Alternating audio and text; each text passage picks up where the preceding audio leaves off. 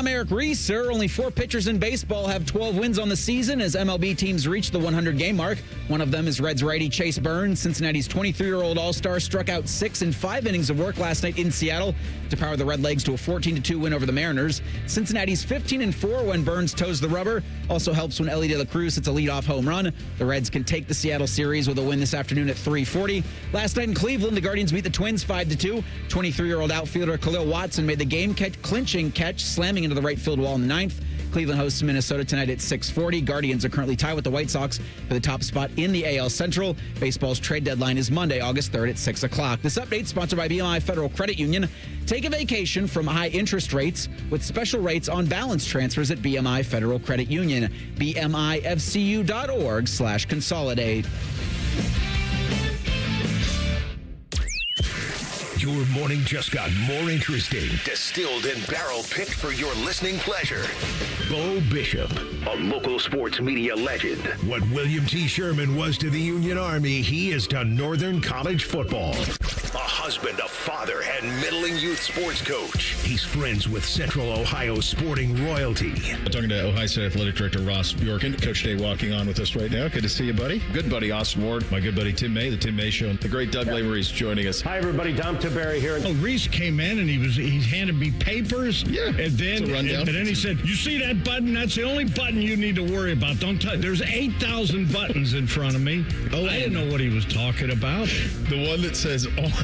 We blew the budget on this imaging, and only 2 guys answered our ad on Craigslist. Ryan Baker and Eric Reeser. Act accordingly. You're now listening to Bishop and Friends. Bishop and Friends is sponsored by Diamond Seller, your true jeweler for over 75 years. You know, for all the bellyache I did yesterday about the summer and the heat and the explosive diarrhea, Mother Nature gave us a pretty great first Friday. A crisp fall morning. It was a fall morning. That Joshua, Ryan Baker, Eric Reeser, I think have us feeling football. One of the things that I say a lot during the summer is not to wish it away. But waking up today, walking the dog around the block, I thought, all right, maybe we get to September 5th a little quicker. I've been wishing. Since when? Like, where was the point you were like, all right, summer, let's 4th of July. Okay. That was a turning point for me. Was it before or after the actual celebration? Right after. Okay. Yep. That makes sense. Because I know you and Baker weren't involved in the international sporting competition, had any interest in that was going on throughout the month of July. But as we kind of look towards next week and the start of August, yeah, that you're in it. You already kind of feel it, and it's doubly so when you're doing the walk around the block in the crisp fall air. Oh, yeah. It's wonderful, but you're also kind of thinking in the back of your head, all right, we've got Ball State and Ohio State. That's it. September 5th at 12:30. We have a extremely busy show today. Fully loaded. This first Friday is going to be kind of nuts. It'll be noon before you know it. We've got Miami, a lot of Miami chatter today. The U is one of our 20 most interesting programs, the one we're going to cover today. People are saying, Joshua, the U might be back. That's what they say. Is this the year Mario Cristobal can win the title tilt? They made it last year. Obviously lost to Indiana, but do a big old Miami conversation at 11 o'clock. Alex Donno is the host of the Locked On Canes podcast. He'll join us at 11:30. The ACC had their media days last week. They were part of a lot of poaching conversations. Secession has been the word this week from the SEC in their media days. I wonder if there's going to be a similar secession sermon sung next week at Big Ten Media Days. Jake Trotter covers all things college football for the worldwide leader. He'll join us at 10:30, and plenty of discussion, I think, will be had with Jake that we're probably also going to have with Alex, because along with his conversations on the Locked On Canes podcast, he's in the Locked On ACC podcast.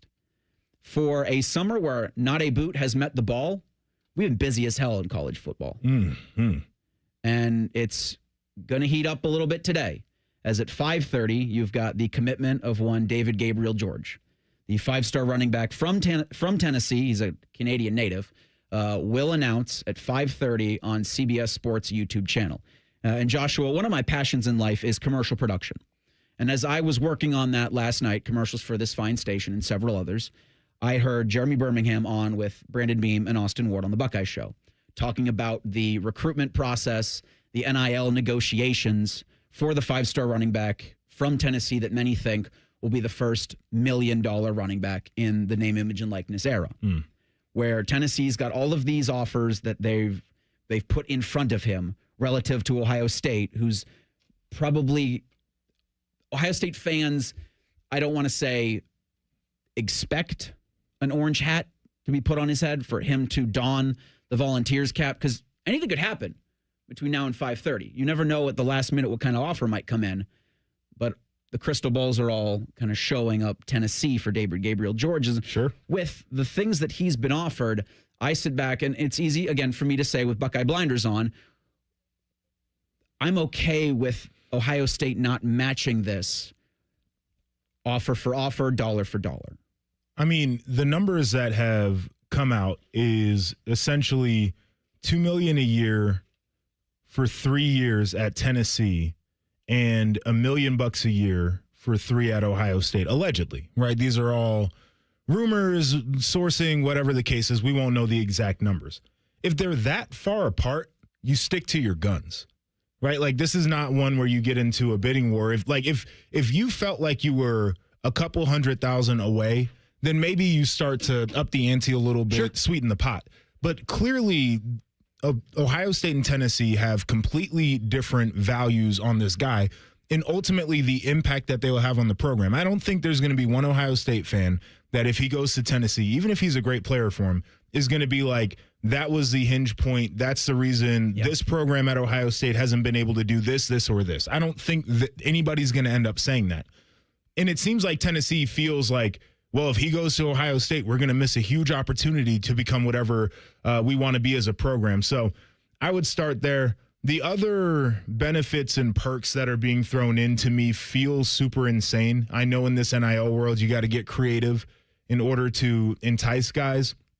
If I'm paying you $2 million a year, I'm not paying for your mom and dad to fly to games. So that's one of the asks reportedly. Which is illegal, by the way, according to Byrne. Like, what's going on there with some of that stuff what's is illegal. What's illegal? Sure. Right? If it's not enforceable, then it's legal, right? Like, so I get what they're doing, but like, just off of principle, figure it out. Like you'll have plenty of money to be able to travel them however you see fit. We're not going to get into that game, and some schools are willing to do that. It's perfectly fine. Ohio State has made decisions on how they want to approach this.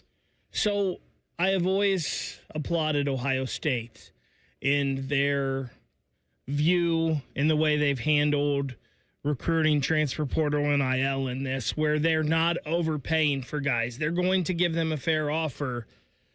But if what these guys want is money, that's number one.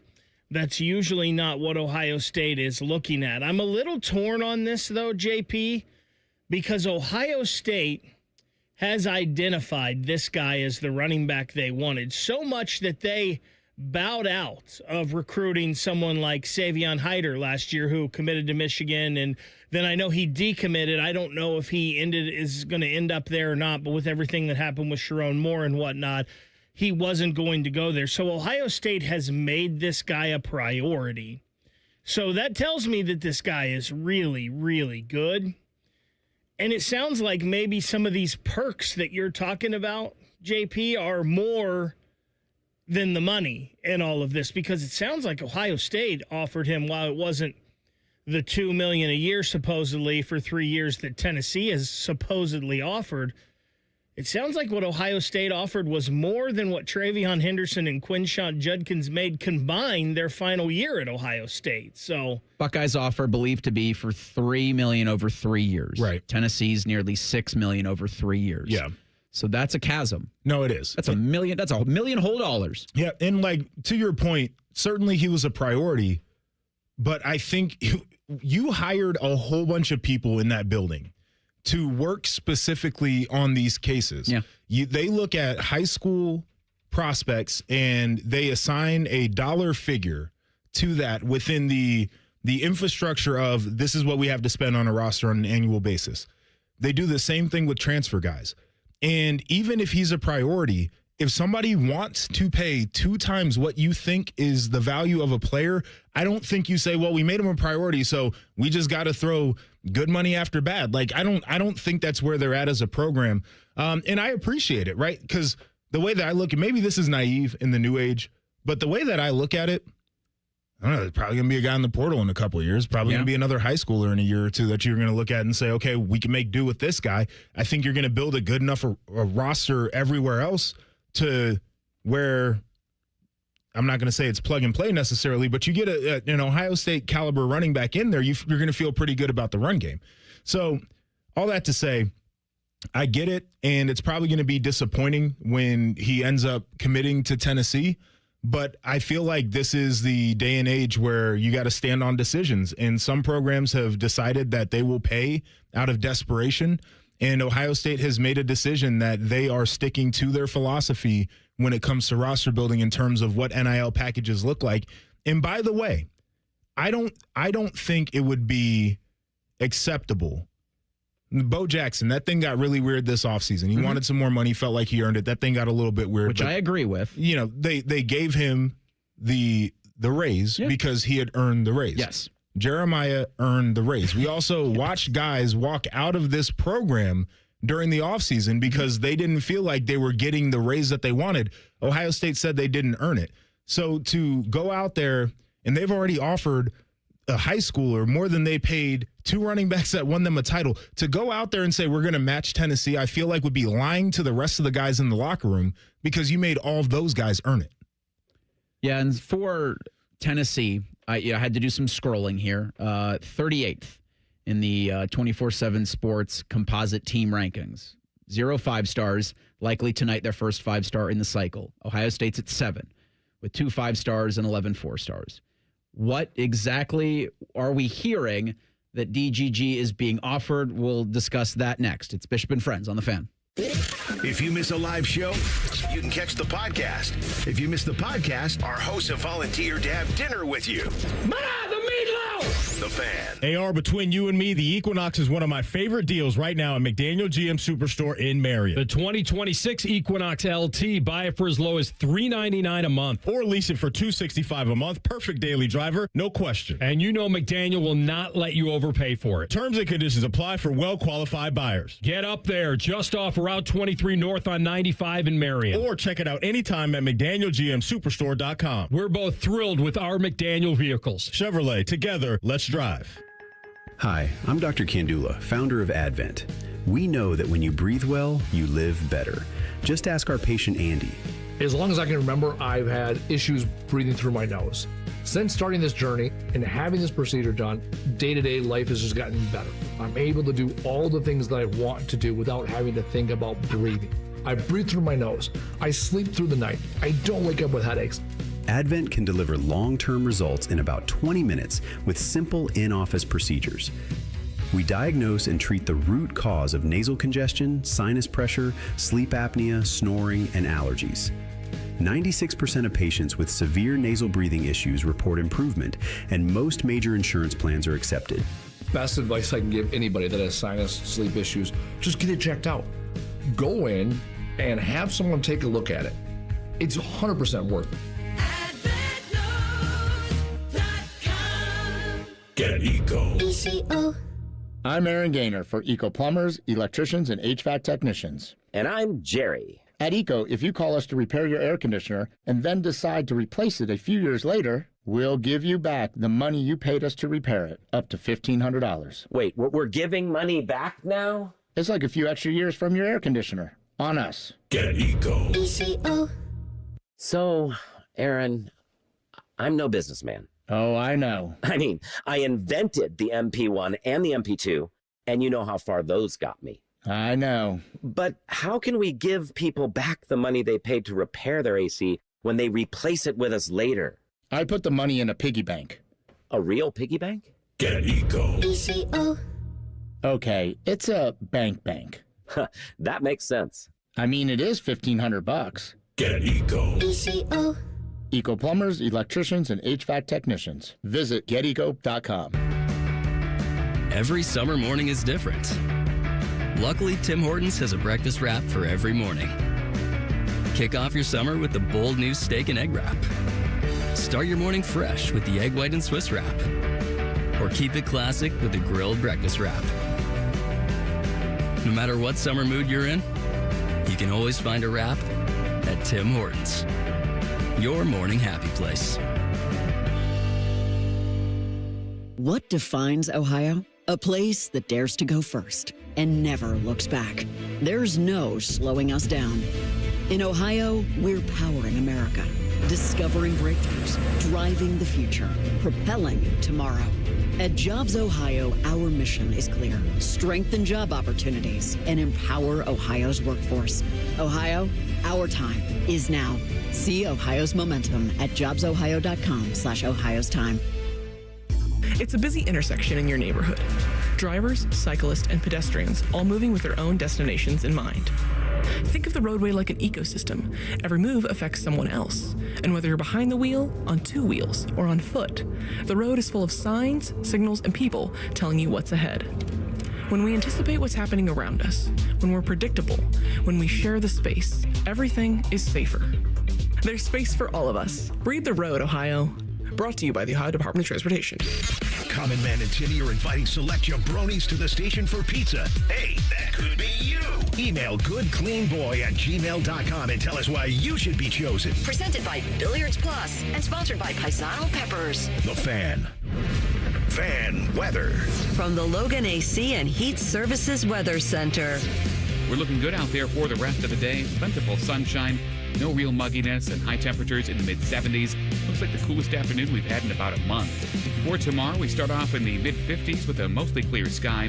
Mostly sunny skies into the afternoon with highs in the upper 70s. For The Fan, I'm 10 Weather Impact meteorologist Justin Gertz.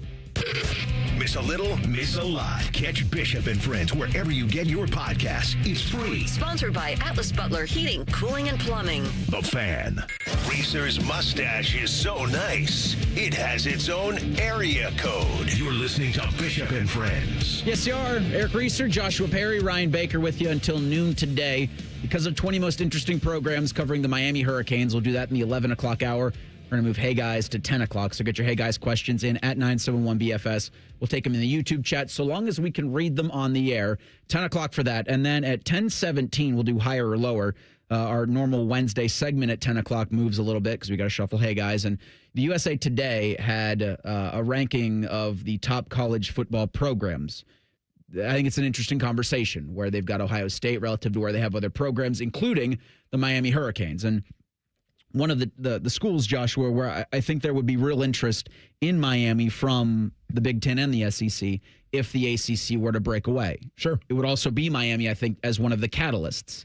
You know, the two Sunshine State schools in the Atlantic Coast Conference, I think, would be the two that would start this whole round of one of them expansion. Ain't got no business starting anything right now. They all think they do. Florida State feels that it is in that position. And it is wild, but so long as if they find money to do it, all right, who's got interest in the Seminoles? To your point, I think there would be interest there, no doubt. I think Miami would be a no-brainer for a lot of reasons. And I think it's on the sheet for later on, but the changes to the Save College Sports Act, some of the proposed changes, I think it'd be easier for the SEC to add because they would have more room. They're trying to limit that thing to 19 total. They're at 16, so they've got room for 3. The Big Ten's only got room for 1 if that were to be the law that was passed. So, it feels like it'd be a natural fit regionally for the SEC, and they've been pretty regional in their expansion anyway. So I could see it. Florida State, I'm struggling with, though. Just like it's been so bad the last couple years. They got a little bit of money issues right now trying to get a stadium renovation finished. Like they're in a weird spot. Yeah, it's one of the ultimate sliding doors moments of the last 5 years, really, in the sport, is how do you leave that team out of the college football playoff? Well, because Jordan Travis was injured, and the committee did not view the Seminoles it's really as the same football team. It's really our fault. Me and Tyvis had a hand in that. Oh.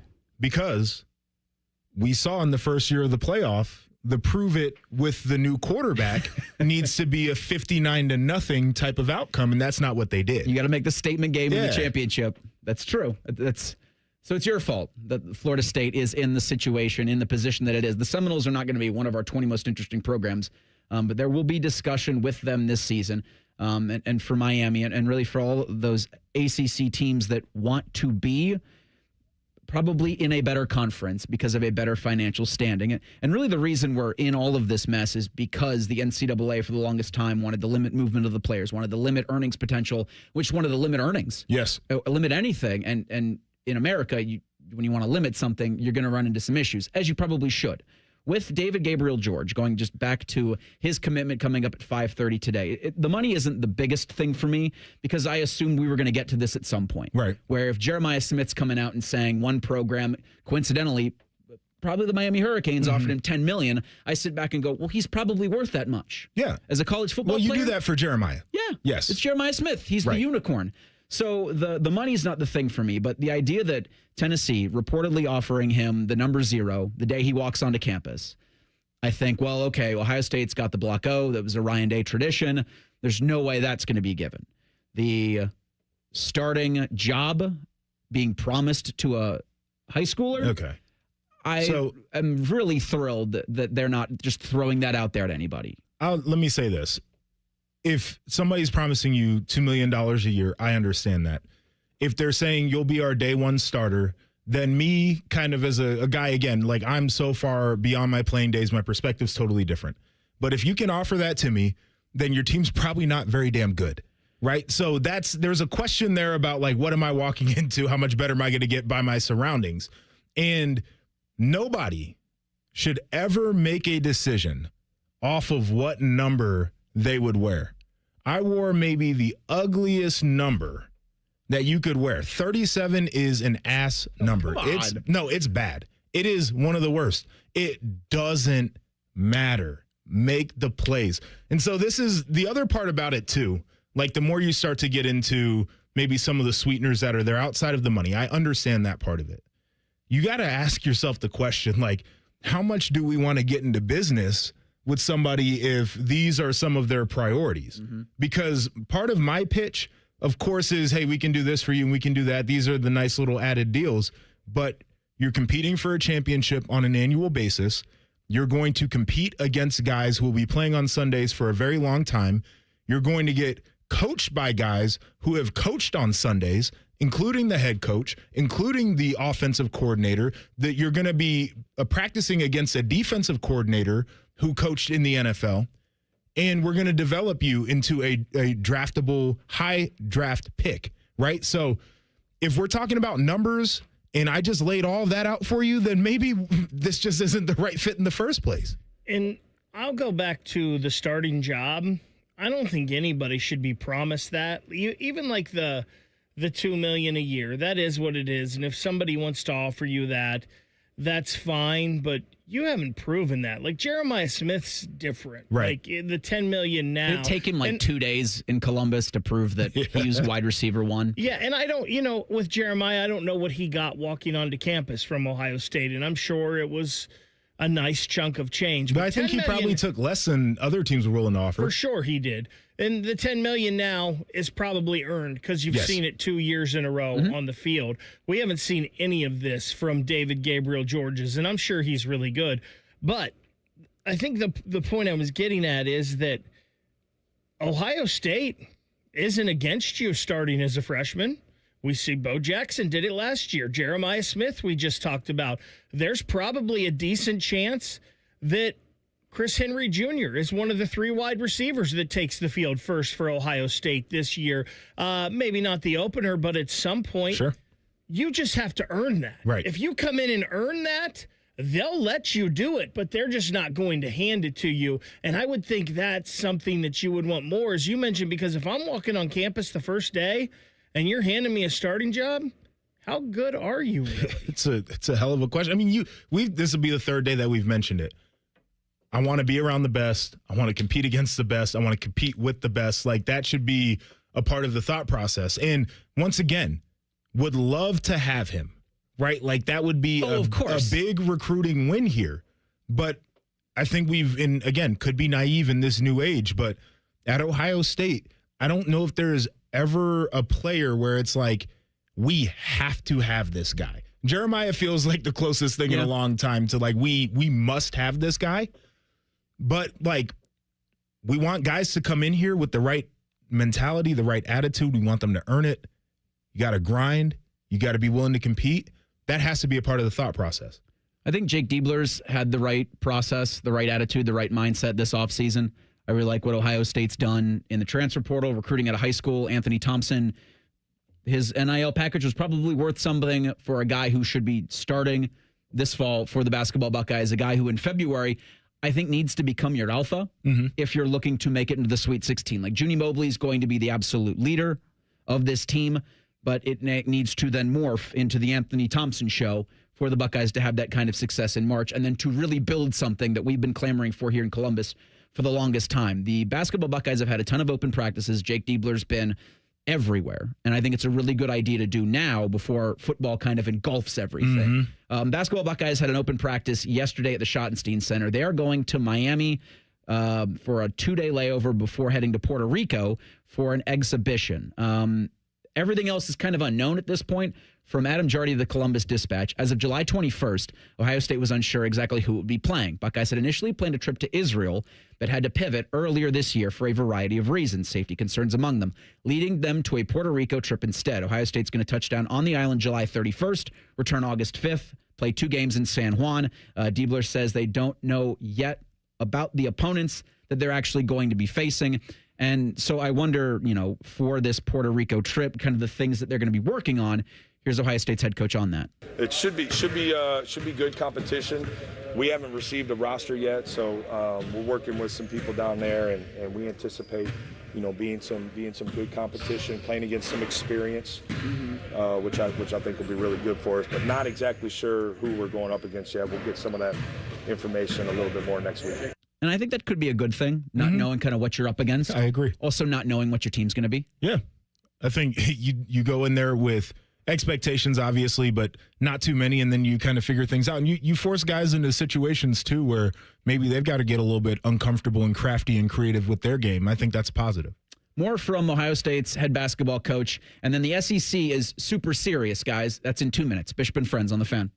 What can ADP do for small business? We help answer the business questions, like how do you track employee time? How do you do payroll taxes? Or what does compliance even mean? So small businesses can focus on bigger questions. Now florists can ask, can we invent another holiday to sell bouquets? Pizza shops can ask, how do we stuff a calzone into a pizza crust? And pool cleaners can ask, what is that thing in the filter? These are the questions you can focus on when ADP takes care of the business of your small business. ADP for small business. Summer is here, and there's no better time to upgrade your ride than at Germain Toyota of Columbus. Whether you're towing the boat, heading to the lake, or planning the ultimate family road trip, now's the time to save. Get $299 APR financing for up to 72 months on the 2026 Toyota Tundra, or lease the 2026 Camry LE for just $319 a month for 36 months and $399 due at signing and 10,000 miles per year. Make this your summer adventure with the team at Germain Toyota of Columbus, conveniently located the corner of I-70 and Bryce Road, or shop anytime at GermainToyota.net. Germain Toyota of Columbus, where summer savings are in full swing. Nothing feels better on a hot summer day than coming home to a nice air-conditioned house. If your AC is on the fritz, don't sweat it. Call the pros at the Waterworks Heating and Cooling. We service all makes and models and can provide great savings on a Lennox home comfort system that delivers that perfect feeling. The Waterworks Heating and Cooling Services. Call us at 614-232-2222 and schedule fast service today. The Waterworks. Better care, better value, better results. Common Man and Timmy here for our friends at Hollywood Casino Columbus. Hey, Timmy, that new hotel is open and it's amazing. It really is. Also, we have red, white, and win drawings on Saturdays in July. You can step into the flying cash machine for a chance to win up to $2,000 in pen cash. And the best part, all you can eat crab legs are back. Be here on Tuesdays in July and August from 4 to 10 for Canadian snow crab legs with butter, corn on the cob, and Hawaiian rolls. Yeah, Hawaiian rolls. Must be 21. Gambling problem? Call 1-800-589-9966.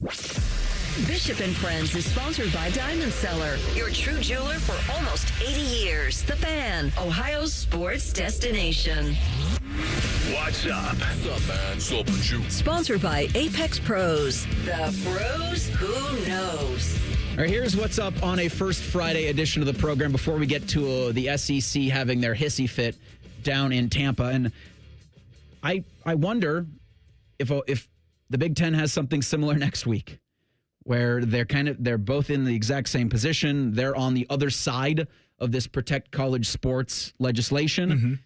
If you hear similar sentiments from Big Ten next week in Chicago that you're hearing from guys like Greg Sankey, we'll have cut from Kirby Smart coming up here in a couple of minutes. We talked in the last break, Joshua, about Jake Diebler doing all the little things right in the offseason. Mm-hmm. It will not take away from the expectation that they need to make a run in March.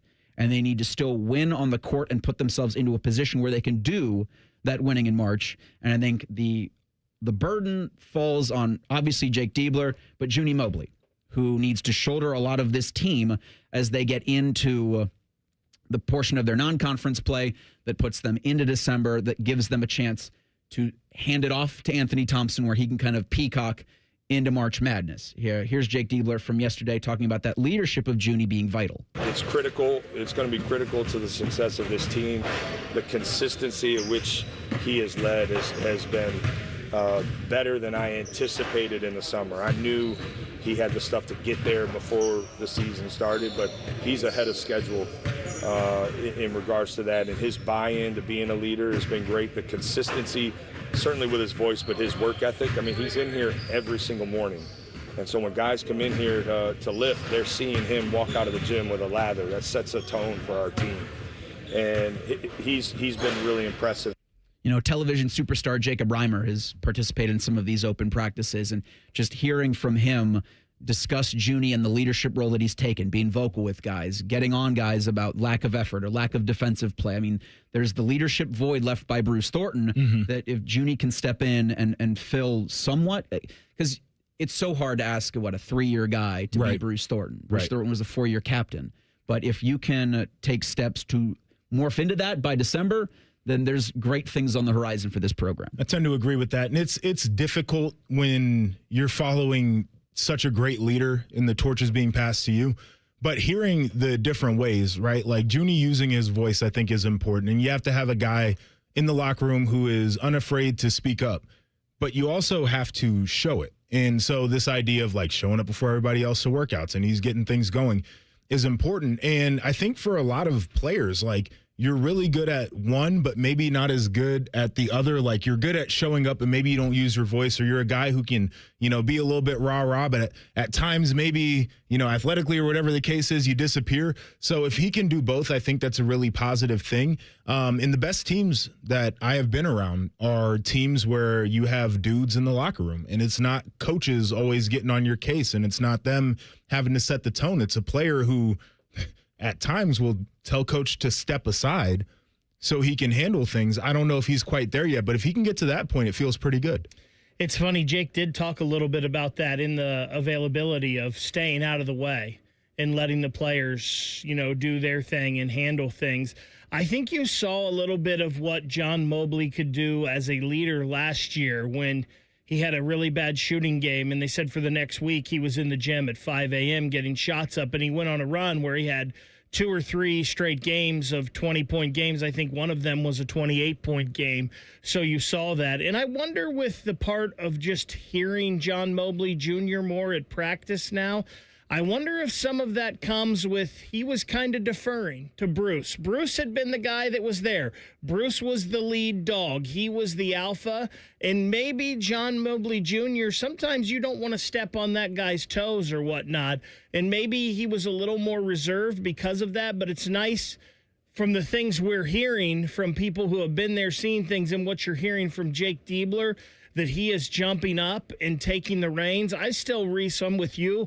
I believe if this team wants to get where they want to go on the court, Anthony Thompson needs to take over throughout this year. But that doesn't mean he's going to be the leader, or he's the type that can be a leader. So this leadership from John Mobley Jr. is key. I don't think this Ohio State team needs Anthony Thompson to be a leader right now, but he needs to be the alpha come March. And this doesn't take away from the expectation that I have for this squad by doing all the little things right, by having Junie Mobley take a more leadership role with the team. They have to win basketball games, and they have to make a run in March. The expectations should not change. If anything, Jake's doing a good enough job to have us raise the expectations a little bit. Tend to agree. So, and that's not a bad thing. That's a good thing and should be embraced. And as I've talked about multiple times on this show, when I look ahead to the end of the year for Ohio State and I see a basketball court that has John Mobley Jr., Amari Bynum, Anthony Thompson, and L.J. Smith. I don't care who the fifth player is on this roster that's out on the court with those four. That's the most talented basketball team you've had at Ohio State in a long, long time, and that alone should make you excited and raise expectations a little bit. I think it's November 2nd, the Buckeyes open the season in Salt Lake City, taking on BYU. That'll like we talked about football season being here before we know it. That probably will too. It feels like every year we're saying like, oh yeah, it's basketball time. Because football just is it consumes through, I would say, 360 days out of the year. Sure. We're talking about people talking about football in Tampa is the prevailing conversation. Next week, we'll be talking about people talking about football in Chicago, but it's the ultimate football that we care about. And we heard from Greg Sankey earlier in the week, the commissioner of the SEC, talking about their conversations into leaving the NCAA and going their own about a playoff, about a new college league, whether that has to do with their Olympic sports and football or just football. Those conversations are all being had, and they probably should be. And it does come from a place of frustration. Now, the most frustrated person, I think, in terms of outward frustration and being vocal for the past couple of years has been Kirby Smart, the head coach of Georgia.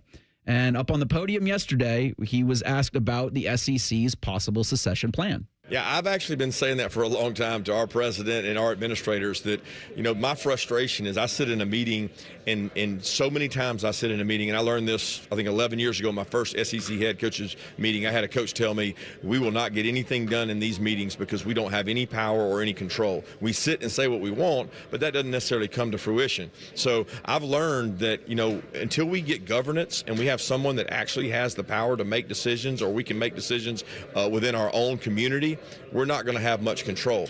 And that's unfortunate, but that's where we sit right now. And if that's the best alternative to get everybody playing by the same rules, then I would want to do that.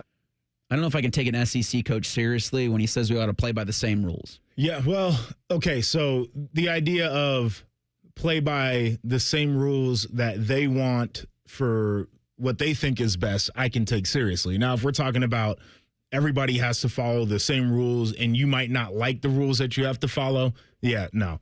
They're definitely not going to do that. This is a conversation that obviously picking up steam in terms of narrative. I don't think these guys could pull this off if they wanted to. No, I don't think it'll happen. I mean, somebody explain to me a world where that makes sense. So it would be the SEC doing their own thing, which nobody else is going to play ball with them. So the Big Ten might. I have no idea if they would. And so you have an all SEC schedule, and the SEC championship is their national championship. They're at that point, they would basically be saying, we don't care about any sports outside of football and basketball, because they need everybody else so they can schedule Olympic sports. SEC track might be fun, just SEC. But all that to say, I don't think there's a way practically they could pull it off.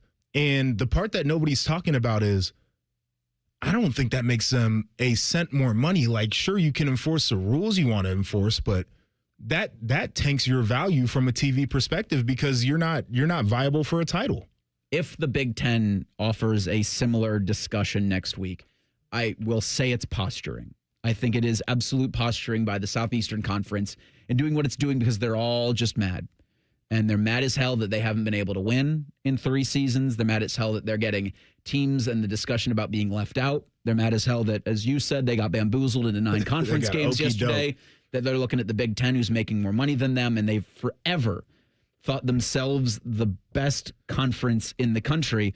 And now they're no longer in that position of power that comes with winning on the football field. So let's circle back to this. Let's say the Big Ten comes out and they do a similar thing next week. So even if both of them decided that they didn't want to participate in collegiate sports as we know it, how do we know that they would work well together?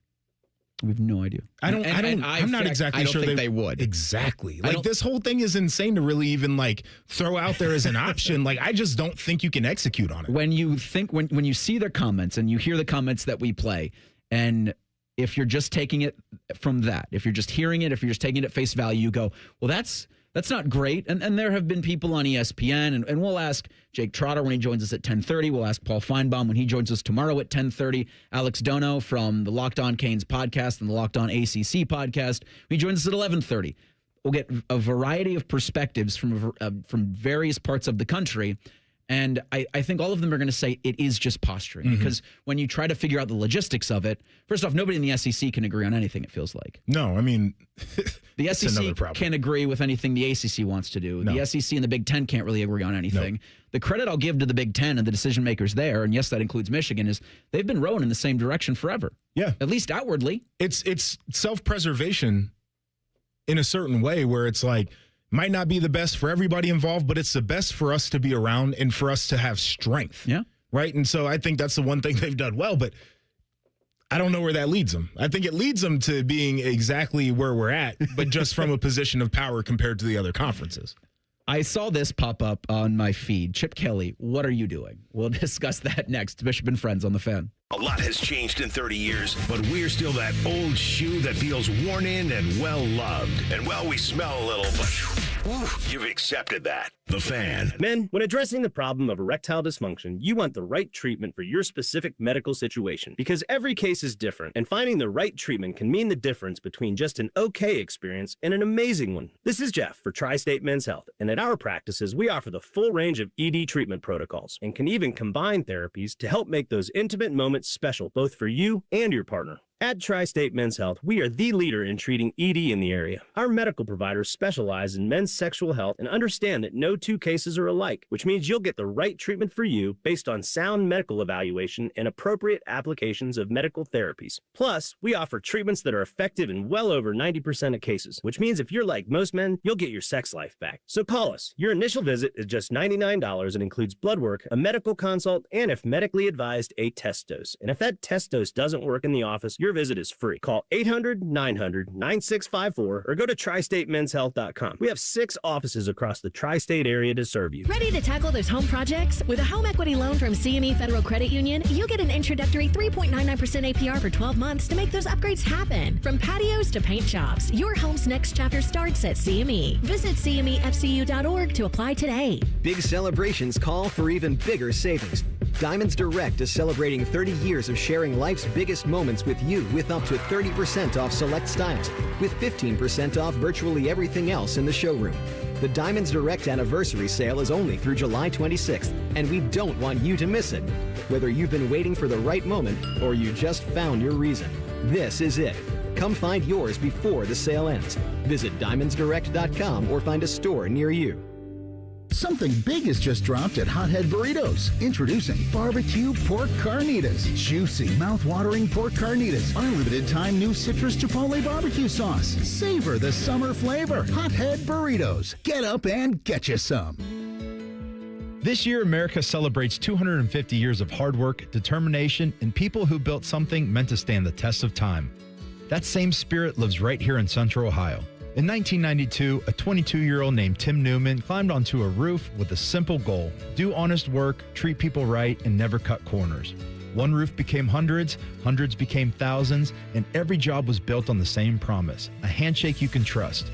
Today, a third generation of the Newman family is helping carrying that legacy forward, making sure the company will be here for your family, just like it's been for your neighbors for more than 3 decades. When it's time for a new roof, siding, or gutters, choose the company that's built its reputation the same way America was built, through hard work, integrity, and pride. Family owned, locally based, American proud. Newman Roofing. Call Newman Roofing today at 614-NEW-ROOF or visit online at newmanroofing.com. Don't just get a new roof, get a Newman roof. I'm John Morgan of Morgan & Morgan. Why should you hire America's largest injury law firm for your case? There's lots of reasons. Just like there's a reason millions of people called us last year in their time of need. When it comes to fighting for justice and compensation, millions of people across the country trust us to go to battle for them. We became the largest injury law firm in the world for a reason. There's only one Morgan & Morgan, for the people.com. Injured? Dial #law. Morgan & Morgan, Ohio office located at 600 Vine Street, Cincinnati. Prior results do not guarantee a similar outcome. Common Man and Timmy.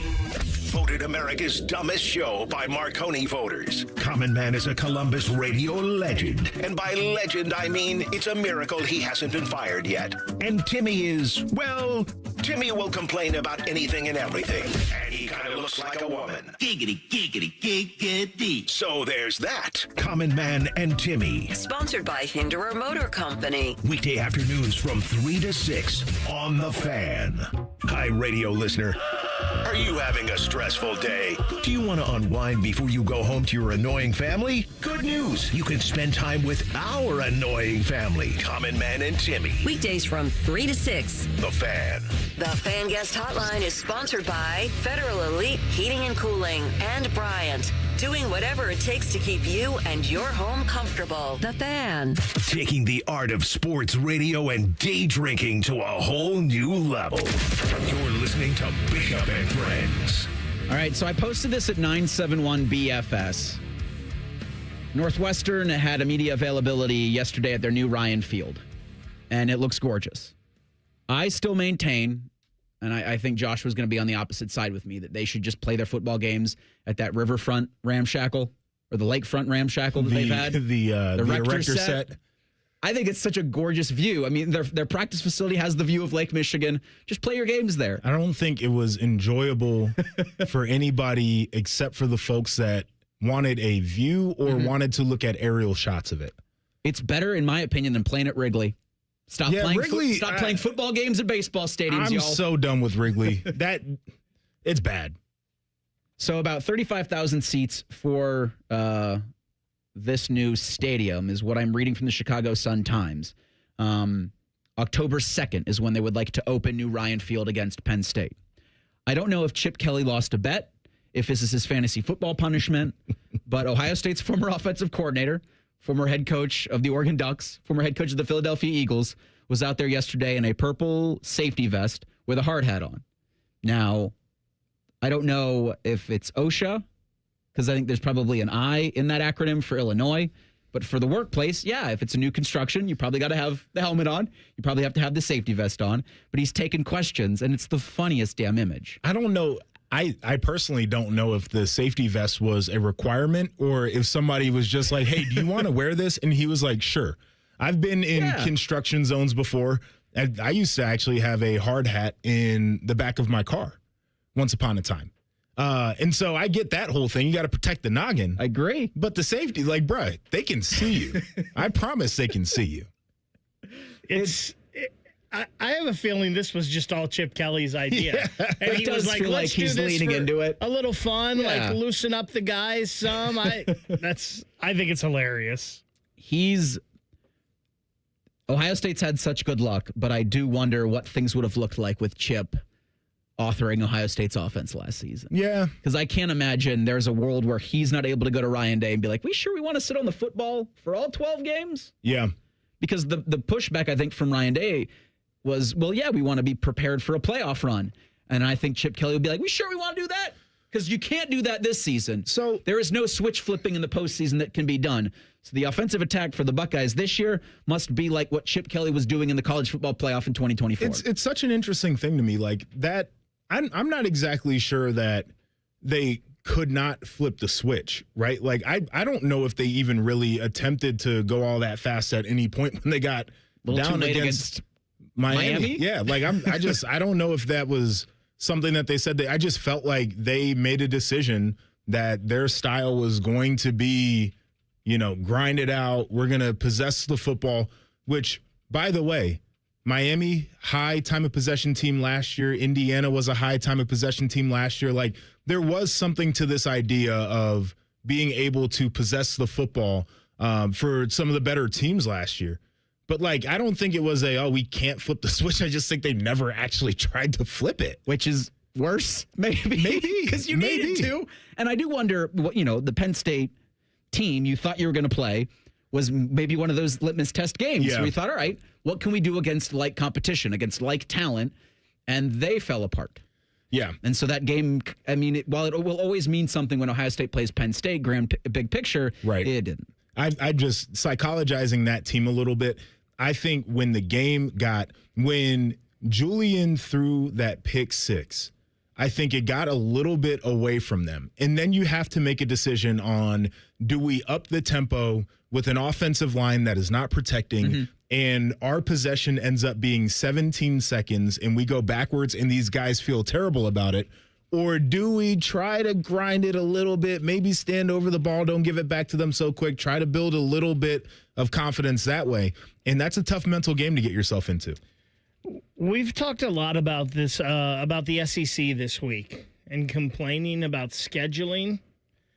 There's something to the other end of that, though, with not playing anyone. And then you play somebody at the end and it hurts you. And Ohio State played Texas last year, but Texas, first week game. One, they were different teams by the end of the month. Absolutely. And who knows? That Texas team lost, 3 games throughout the season? Who knows exactly how good that Texas team was, especially early on. Penn State wasn't what you thought they were going to be. Michigan's always a big game, but that was not a good Michigan football team last year as far as upper echelon talent. So there's something to... this is really hard. We play too many, but if you don't play enough. But this is where they kill me, though. And I saw this tweet, I think it was Chris Lowe from On3, who was like, Oklahoma in November, they played Missouri, they played Tennessee, they played LSU, and they played Michigan early in the year, and I think Alabama they had at the end of the year. And it's like, oh, man, look at how tough their schedule was. Tennessee didn't beat an FBS team with a winning record. Missouri didn't beat an FBS team with a winning record. Alabama, after Halloween last year, was not a great ball team. Forgot about Ryan Williams. LSU fired their coach before they played Oklahoma. And so it's like, yes, I get it. Like, the Ohio State schedule certainly was soft, but part of my issue with these SEC guys being like, oh, our thing is so tough, is like, it's not as tough as you guys say it is. Like, some of these teams actually aren't as good as what their record shows. All those teams you mentioned, I believe, ended with at least 4 losses. Yeah, I mean, I think Missouri in their bowl game, they got beat by an ACC team, I believe. Tennessee lost to a Big Ten team in their bowl game. We saw what Alabama did when they played a Big Ten team in the college football playoff. Like, once again, I'm just not sure it's as good as what they're trying to tell us it is. Well, to them, it will always just mean more. Yeah. And we can all, the rest of the country, sit back and go, you sure about that? But they're in their own little bubble. They're doing their media days right now. This from Alabama's Kalen DeBoer, who has the most ridiculous heat on his seat of any coach in the country, because I will maintain that his job is the hardest of any football coach has ever been asked. To follow up the Tuscaloosa the way he's got to, with the way that Saban is still the most present figure in the sport. He has a statue outside the damn stadium. His office isn't. His name's on the field. Office in the stadium, and he's on the college football show of record. So DeBoer was asked if his Tide career will be defined by if he wins a national title. DeBoer, quote, "I wouldn't doubt that's the case," end quote. And that's fair. He probably took the job knowing he was going to have to win a national championship, the first couple of seasons. But think about his mentality when he took that job. We just played for a national title at Washington. He's like, I could definitely walk into Tuscaloosa and win some games. And look at the talent I have, and the talent came to Columbus. I'll say this. I'm super happy that he stayed at Alabama and didn't go to Michigan, because I think that guy's a damn good coach. I think he's a good ball coach, and he's getting a lot of slings and arrows that may not be deserved right now. Yeah, I mean, as much as I was just crapping on how Alabama wasn't elite last year, they won 11 games, right? Like, college football playoff, that's not nothing. 11-4 is a little bit of a yucky record, but it's not like the bottom has fallen out of that program. It's just the fact that they're so used to winning every year that they can't tolerate 11 wins. We got to do Hey Guys at 10 o'clock because we have our 20 most interesting programs at 11. We'll do the Miami Hurricanes on today's program. But I did want to get to this from the Miami Heat coming up next. It's Bishop and Friends on The Fan. If you consider yourself a Buckeye fan, you've come to the right place. This is your heritage sports talker and home of Ohio State Athletics, The Fan, Ohio's sports destination. Hey, what's up? It's T-Bone. Tired of snoring? Sleep Better Columbus can help with a custom mouthpiece that opens your airway and stops the snoring. No mask, no noise. Call 1-800-MORE-SLEEP or visit sleepbettercolumbus.com today. Stop snoring, sleep better, live better. How many of you have had your garage floor done? I'll wait for the answer. That's enough. How many of you think it looks like crap? That's because it is crap. One quick call to Comer & Cross Concrete Floor Coatings at 1-800-NEW-FLOOR, and they can install a gleaming new Comer & Cross garage floor in one day. A Comer & Cross garage floor is the gold standard. It's like pulling into a new car showroom every night. And here's the best part. It is guaranteed your garage floor will never chip, crack, or show tire lift like epoxy or paint ever. And listen, you lazy bum, they'll even take the stuff out of the garage for you. They're all certified uniform pros. No subcontractors at Comer & Cross. This is a premier product with premier results, and they hired a premier endorser to tell you about it. For your quick and easy Comer & Cross garage floor quote, call 1-800-NEW-FLOOR now. That's 1-800-NEW-FLOOR, or go to comercross.com, C-O-M-E-R cross.com. In the military, the mission was clear. You knew what to do. Now, the mission has changed. Stepping into civilian life isn't about finding a job. It's finding your purpose. I wanted a career that would leverage the skills and discipline I gained in the military. IT just felt right. My Computer Career offers class schedules that fit into your life and skills in high demand. Put your VA benefits to work. Visit mycomputercareer.edu/CWP to jumpstart your IT career today. An elite CompTIA certification partner. Financial aid is available to those who qualify, including VA benefits. It's likely you've made peace with the congestion that greets you every morning. The snoring your partner stopped mentioning. It feels unfixable, but it isn't. For most, it's a nasal breathing problem that's treatable for good. I'm Dr. Kandula, founder of Advent. Advent can deliver long-term results in about 20 minutes with simple in-office procedures. We diagnose and treat the root cause of nasal congestion, sinus pressure, sleep apnea, snoring, and allergies. 96% of patients with severe nasal breathing issues report improvement, and most major insurance plans are accepted. Wake up and smell the life you've been missing. The family picnic, the run by the lake, the fresh cut grass. Breathe deep, sleep through the night, and step into every day sharper and more present. It's time for a new beginning. It's the advent of your best life. Life is full of uncertainties. You can't control the economy, the prices at the pump, or the grocery store, and you certainly cannot control the weather. But the one thing you can control is your home's efficiency and comfort. Steve here from USA Insulation. Let us help you take back control of your home by insulating your walls with our premium foam. You give us a call today, we'll come out, we'll insulate your walls, and we'll throw in your attic for free. So give us a call today, 529-2440 or USAinsulation.net. USA Insulation. At Babs R Us, we believe home improvement is life improvement. As the Midwest's fastest growing 5-star bathroom remodeler, we're more than just transformations. We're a community driven by a mission to bring your dreams to life. Our installation team, part of the Babs R Us community, isn't just skilled. They're dedicated to respecting your home. Each day, they bring craftsmanship and hustle, turning your dream space, no matter the size, into reality. Together, we embrace a culture that values diversity, collaboration, and giving back. From supporting local projects to fostering a workplace where every voice is valued, Babs R Us is more than a company. It's a community of experts. We're also expanding locations to create more possibilities for homeowners across the Midwest. Wherever you are, you'll find us ready to turn your dreams into something you can see, feel, and enjoy every day. Right now, get $1,500 off a shower or tub replacement, or $3,000 off a full bathroom remodel. Plus, low to no monthly payments. Call 380-225-BAB to schedule your free estimate, or go to babsrus.com. Babs R Us, where dreams soak in. Iconic summer moments deserve an iconic drink. Reach for Mountain Dew, an American original. From its beginnings in the foothills of Tennessee to your biggest summer yet. The refreshing citrus kick of Mountain Dew is the perfect companion to your American summer adventures. Enjoy the refreshing citrus kick of Mountain Dew. Tasting great since '48. Look for Mountain Dew in stores near you at mountaindew.com. That's mountaindew.com.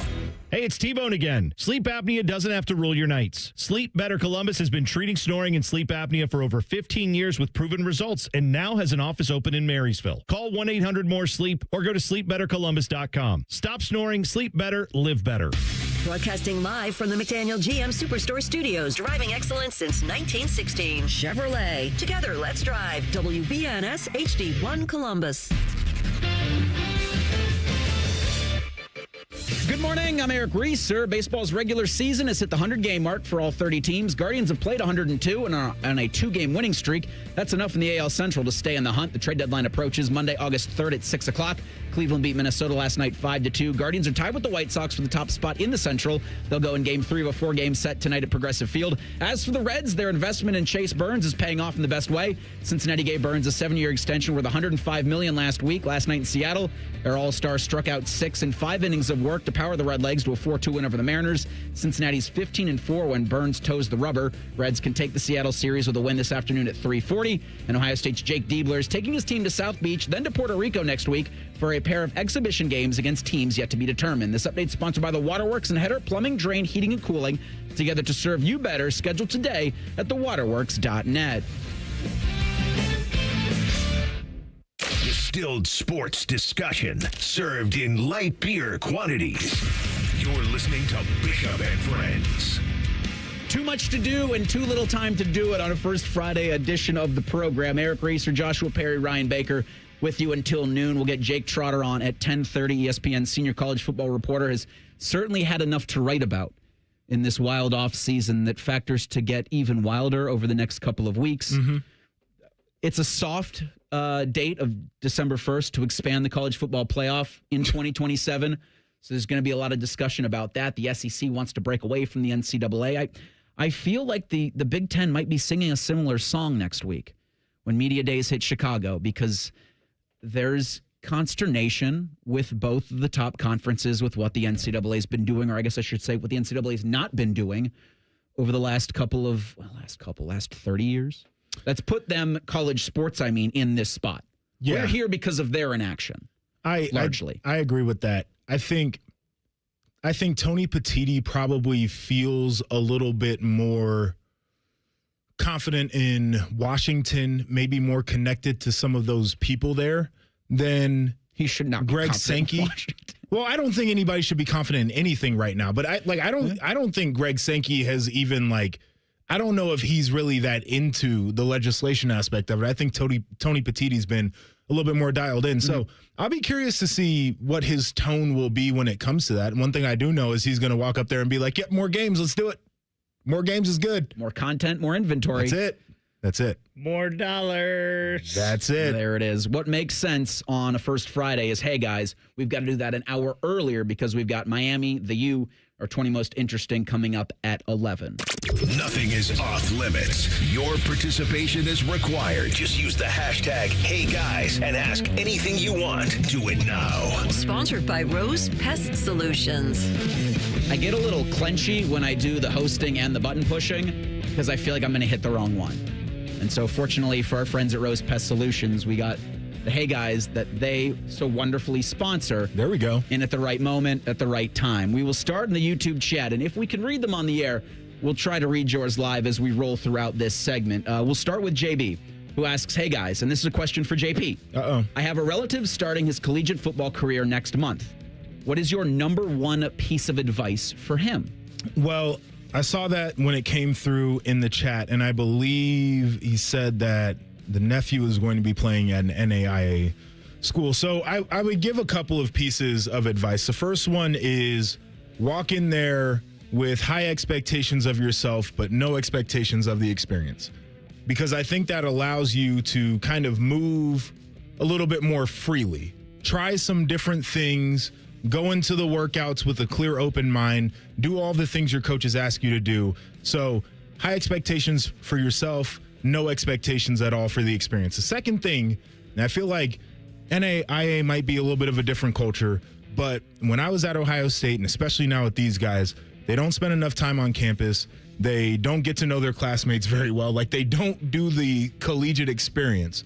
Lean into everything. Go to the different events. Meet the different people. You might be working with them one day. Be a student and soak in that experience as well. I saw this one pop up from Dan. He asks, hey guys, do you think the heat that Kalen DeBoer is taking is similar to the ridiculous heat that Ryan Day was taking right before that championship run 2 years ago? Similar from the standpoint that they are both really good coaches who came after really, really good coaches and everything they do is under a microscope. I think that's similar. People got really weird with the Ryan Day experience after all of the losses to the rival. And I think people in Tuscaloosa have gotten weird with the Kalen DeBoer experience because they haven't won a national title yet. And I think those are two different aspects of it, where one you feel like is something you can achieve every year. If you're a fan and your only expectation of a season is to win a title, you're a dummy and you're going to be disappointed a lot. I think it is similar when you mention, as you mentioned, the expectations for Ohio State and for Alabama is that, hey, we should be competing for that national championship every year, meaning we should be in the title game every year.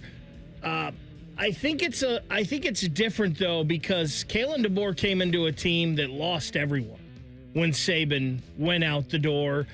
And we've seen the landscape has changed a little bit, where it's harder for Alabama to compete in this new era. They don't have the money or the resources as some of these other teams do. Ryan Day was also 6 years into his tenure, and up until that championship run, Ryan Day did not have a good record against top 10 teams. It just wasn't there. Like, they didn't have any inexplicable losses. Everything else with the program was perfect, but they had not done well when the talent equated on the field. And the other thing, that last loss to Michigan is still one of the most inexplicable. Broke the fan base. One of the most inexplicable losses in Ohio State history. So they're a little different, where maybe the Ryan Day, I don't think either of them were warranted, but maybe the Ryan Day was a little bit more warranted. Kalen DeBoer, he was in a tough spot regardless. Yeah, I think it's such a unique way that folks on either side of the Ohio State-Michigan rivalry look at it. Because it's one thing that every year you can say that must be done, we have to check it off the box. I don't think Ohio State or Michigan every year says we have to win a title, or else, like, that coach is not the guy. Because a lot of those years, like, playoff teams or, New Year's Six or whatever the case was, and I think people were fine with that part of the outcome. It was just the thing that happened the last weekend of November that people weren't very happy with at all. Jeff Rimmer's middle half asks, hey guys, what is the most overrated breakfast cereal? He says it's Captain Crunch.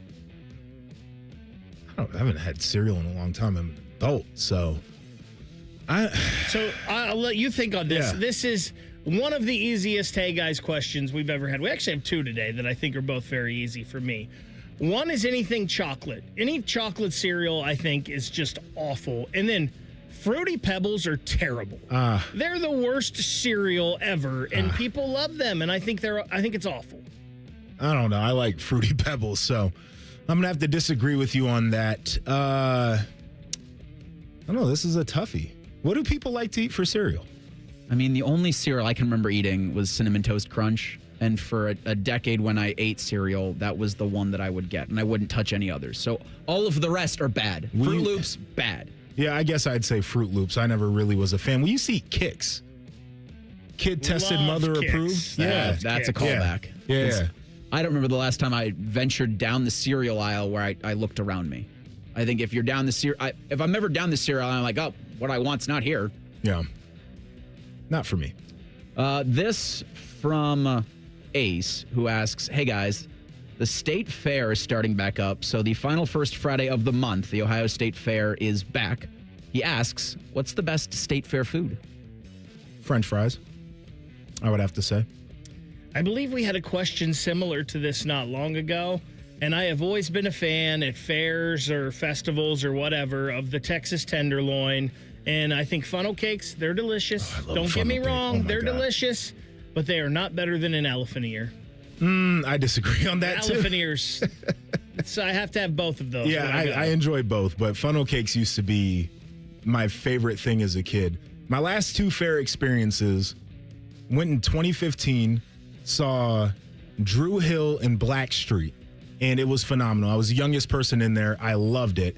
And then I think it might have been 2018 or 19, I went and I did a steer show as like a celebrity deal, and it was hilarious and so much fun. I'm looking at the fair foods they have available starting next first Friday, or the final first Friday in July. And I think it's only good if you can eat it with your hands and it doesn't make a mess. Like if you got like the deep fried birria taco, if I'm saying that correctly, like I like the idea, but it does feel like that just gets all over your hands. And in late July, early August, when you've got sauce all over your digits. You don't lick your fingers? No, not when I'm outside. Like not when I have. You're at the fair, brother. You can lick your fingers. Maybe that's just me. I'm with you, Reese. Fingers. I don't want sloppy food when I'm walking around. And I'm that way at a ballpark. I'm that way at a football game. If I'm outside, I need to eat it, but it needs to be neat. I don't know, man. And that could be saying more about me than anything else. But like the funnel cake or the elephant's ear, like it's got the powdered sugar, that's liable to end up You're powdering your shirt a little bit. You're right. You know? But you just pop that and it's you off. get a nice little give it a shirt pop and you're good. Pop your collar. Reese, we got to do Chris G's before we're done because I want to hear JP's answer. Okay, Chris asks, hey guys, been driving all over the great state of Ohio. What's your favorite road trip snack and drink combo? Chris says his is White Monster and beef jerky. So I would go with a Red Bull and sunflower seeds. And if I was going to go with a different snack, I would pick the black bag of Chex Mix. So sunflower seeds is a great answer. For me, if I'm in the car and I'm over an hour, I'm grabbing a bag of the original cheddar pretzel combos and a Fountain Mountain Dew, and I'm ready to go. Now, if I'm going longer and maybe I need more snacks, I'm going to have to throw some Starburst in there for the sweet. Like a Starburst. I like a Starburst. I'm a sunflower seeds guy.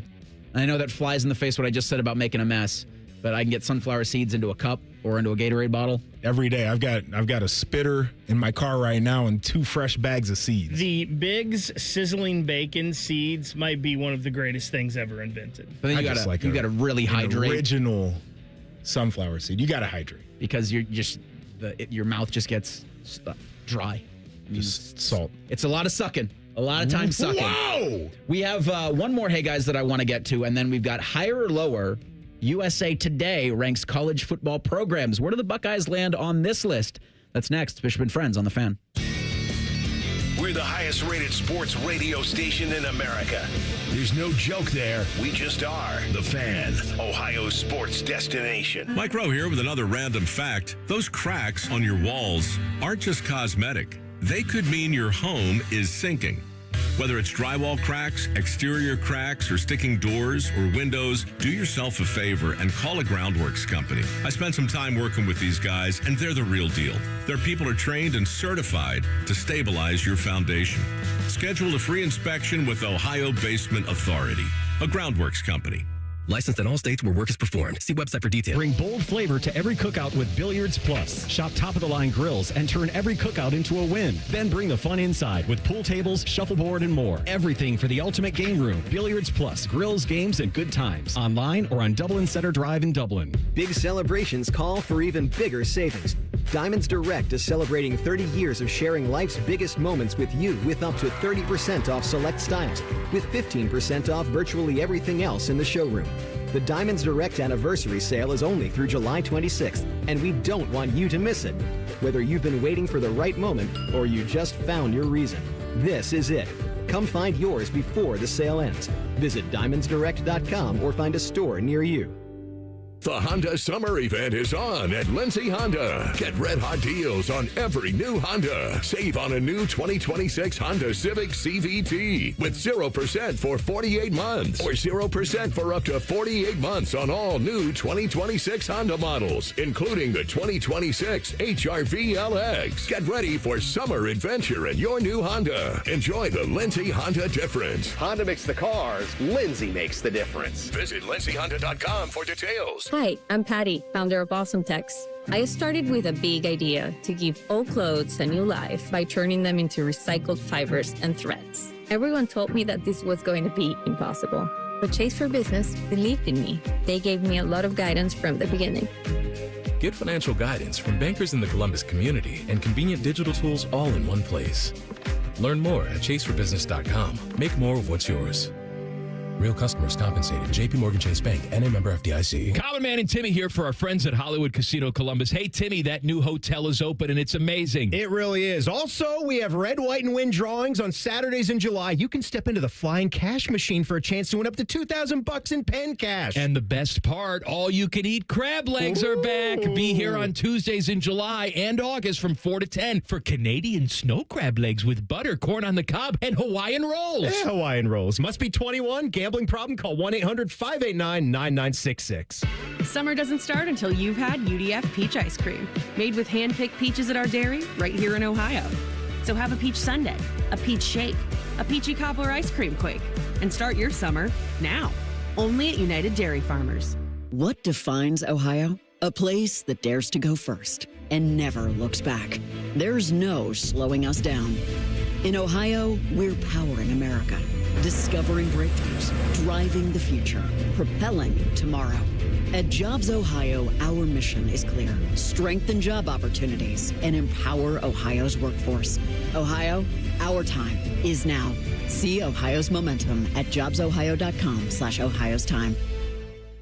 It's a busy intersection in your neighborhood. Drivers, cyclists, and pedestrians all moving with their own destinations in mind. Think of the roadway like an ecosystem. Every move affects someone else. And whether you're behind the wheel, on two wheels, or on foot, the road is full of signs, signals, and people telling you what's ahead. When we anticipate what's happening around us, when we're predictable, when we share the space, everything is safer. There's space for all of us. Breathe the road, Ohio. Brought to you by the Ohio Department of Transportation. Retirement from football hits everyone differently. For DeVere Posey and Dane Sanzenbacher, it means sitting around watching sports clips on the internet and arguing about them. Search for Didn't Catch That on YouTube and subscribe. Fan weather. From the Logan AC and Heat Services Weather Center. We're looking good out there for the rest of the day. Plentiful sunshine, no real mugginess, and high temperatures in the mid-70s. Looks like the coolest afternoon we've had in about a month. For tomorrow, we start off in the mid-50s with a mostly clear sky. Mostly sunny skies into the afternoon with highs in the upper 70s. For the Fan, I'm 10 Weather Impact meteorologist Justin Gertz. Miss a little, miss a lot. Catch Bishop and Friends wherever you get your podcasts. It's free. Sponsored by Atlas Butler Heating, Cooling, and Plumbing. The Fan. Bo knows many people. He talks to the interesting ones on this show. This is Bishop and Friends. All right, before we get to higher or lower, we're going to do one more Hey Guys from Phil. He asks, aliens have landed on Earth, and we need to communicate with them and show them we are cool people. What 3 things do you show them to portray peace and coolness? Who said we're cool? We're not cool. So I think I would start there. I would show them black coffee. Feel like we're running on that a lot of times. At least I am.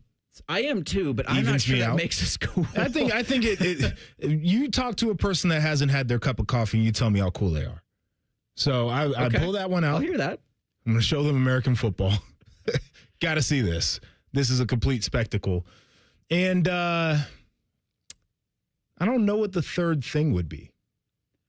I would show them tailgating in college football. Yeah.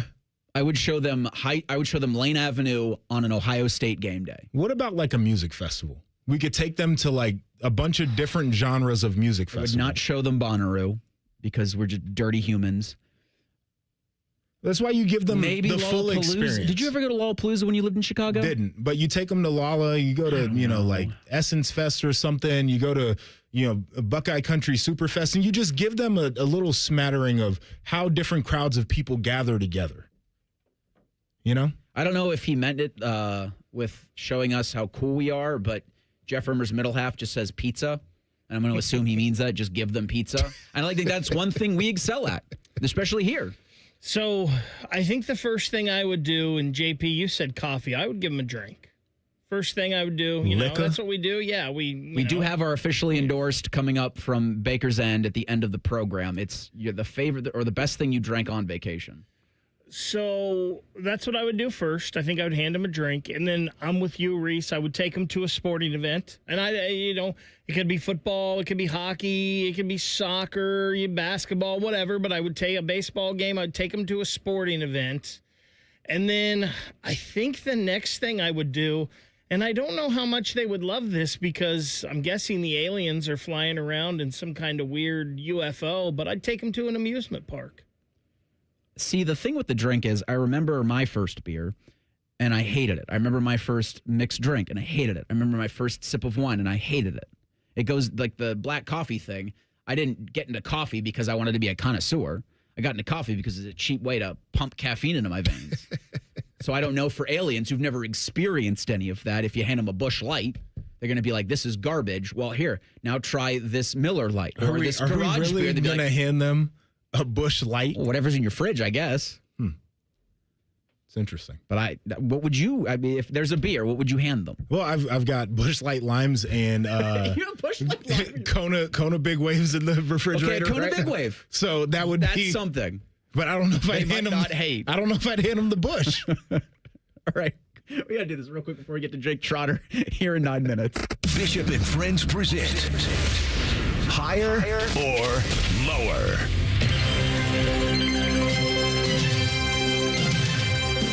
I play this song because it's Big Ten's music now. Take that, Southeastern Conference. The best college football soundtrack. Because growing up, some of the most marquee games, yes, they were in the Southeastern Conference, but they came to this music. Now, the folks over at USA Today, there's a gaggle of them, ranked the top 25 college football programs. And so that's programs winning on the field, programs how they handle their business, similar rankings to how we'll do our categories for Miami and the other 20 most interesting programs coming up in the 11 o'clock hour. But at number 1, the Ohio State Buckeyes. Can't go any higher than number 1. At number 2, the Alabama Crimson Tide. At number 3, the Georgia Bulldogs. At number 4, the Notre Dame Fighting Irish. Higher or lower for Notre Dame at 4? Honestly, I think it's about right. If I had to say one way or the other, I think I would go lower. But I look at this in terms of if these jobs came open, what would their ability to pluck the best coach in the sport be? And I think Notre Dame's going to be in the conversation of the top 5 places that could just get anybody they wanted to get. So maybe a tick lower. You know, you could put Texas over Notre Dame. I'd be fine with that, but not much lower. I think, and it's interesting the way you just said that, JP, with the coach wanting to go there. So I think Notre Dame's probably about right. I think I have to drop Alabama a little bit, and I think I would have Texas number 2, just for the fact that by your reasoning, JP, of a coaches want to go there. I don't see many coaches in the country turning down the opportunity to coach the Texas Longhorns. So I think, Notre Dame's probably right. I think you're right there. I think now Alabama is probably a lot more attractive than it was right when Saban left. But, yeah, Texas is definitely, I mean, they got all the money. They're in a big city, right? Like, they got the history. And Alabama doesn't have that money, as we've talked about. No. Texas is in at 5 on this list. Again, USA Today ranked the top 25 college football programs. So they're doing a lot of way back discussion when they're having these rankings. Sure. 4 writers did this, and so Indiana won't be in the top 10, but that's a program on the rise that in 25 years from now, how are we looking at and how are we discussing the Indiana Hoosiers? But on this list, at 6, LSU. At 7, Michigan. Higher or lower for the Wolverines? I think I'd put Michigan over LSU. LSU is an interesting one because it was thought until Brian Kelly went there that if you coached at LSU, you'd be able to win a title, right? The amount of talent, whatever the case is. But it feels like they kind of operate in spurts there. And Michigan certainly has had some down years, but you put their trophy case, their funding, that institution in general, academics, you put that up against anything. And so for me, LSU would certainly slot in behind Michigan. If Michigan had not won a national championship just 2 years ago, I would probably say Michigan is lower. But they have won that national championship. So I'm with you, JP. I would have Michigan right above LSU. and probably LSU. Man, it's crazy to think that LSU has the national championships that they have here recently, but yet they've just ran through coaches. I know. At number 9, the Miami Hurricanes. We'll do them as our 20 most interesting today. At 10, the USC Trojans. At 11, the Oregon Ducks. Higher or lower for Oregon at 11? This is another one where I think it's about right. I think the arrow's pointing up, so if we were to move them, I think up would be the direction that they would go. Their whole thing, flash, funding, but they don't have the trophy case. They're a bit of an outpost. It's hard to get to. There are some structural things there that make it a little bit difficult to put them too high on the list, but they've had moments as a program where it's like, they were the flash and they were the sizzle, and they might have been the coolest program in the country at certain points of time. It just ain't like the big dogs. Yeah, I would have Oregon up at least one, because I think right now they're a better program than USC. I know they don't have the history and they don't have the trophy case, but I think people would rather be at Oregon than they would be at USC right now.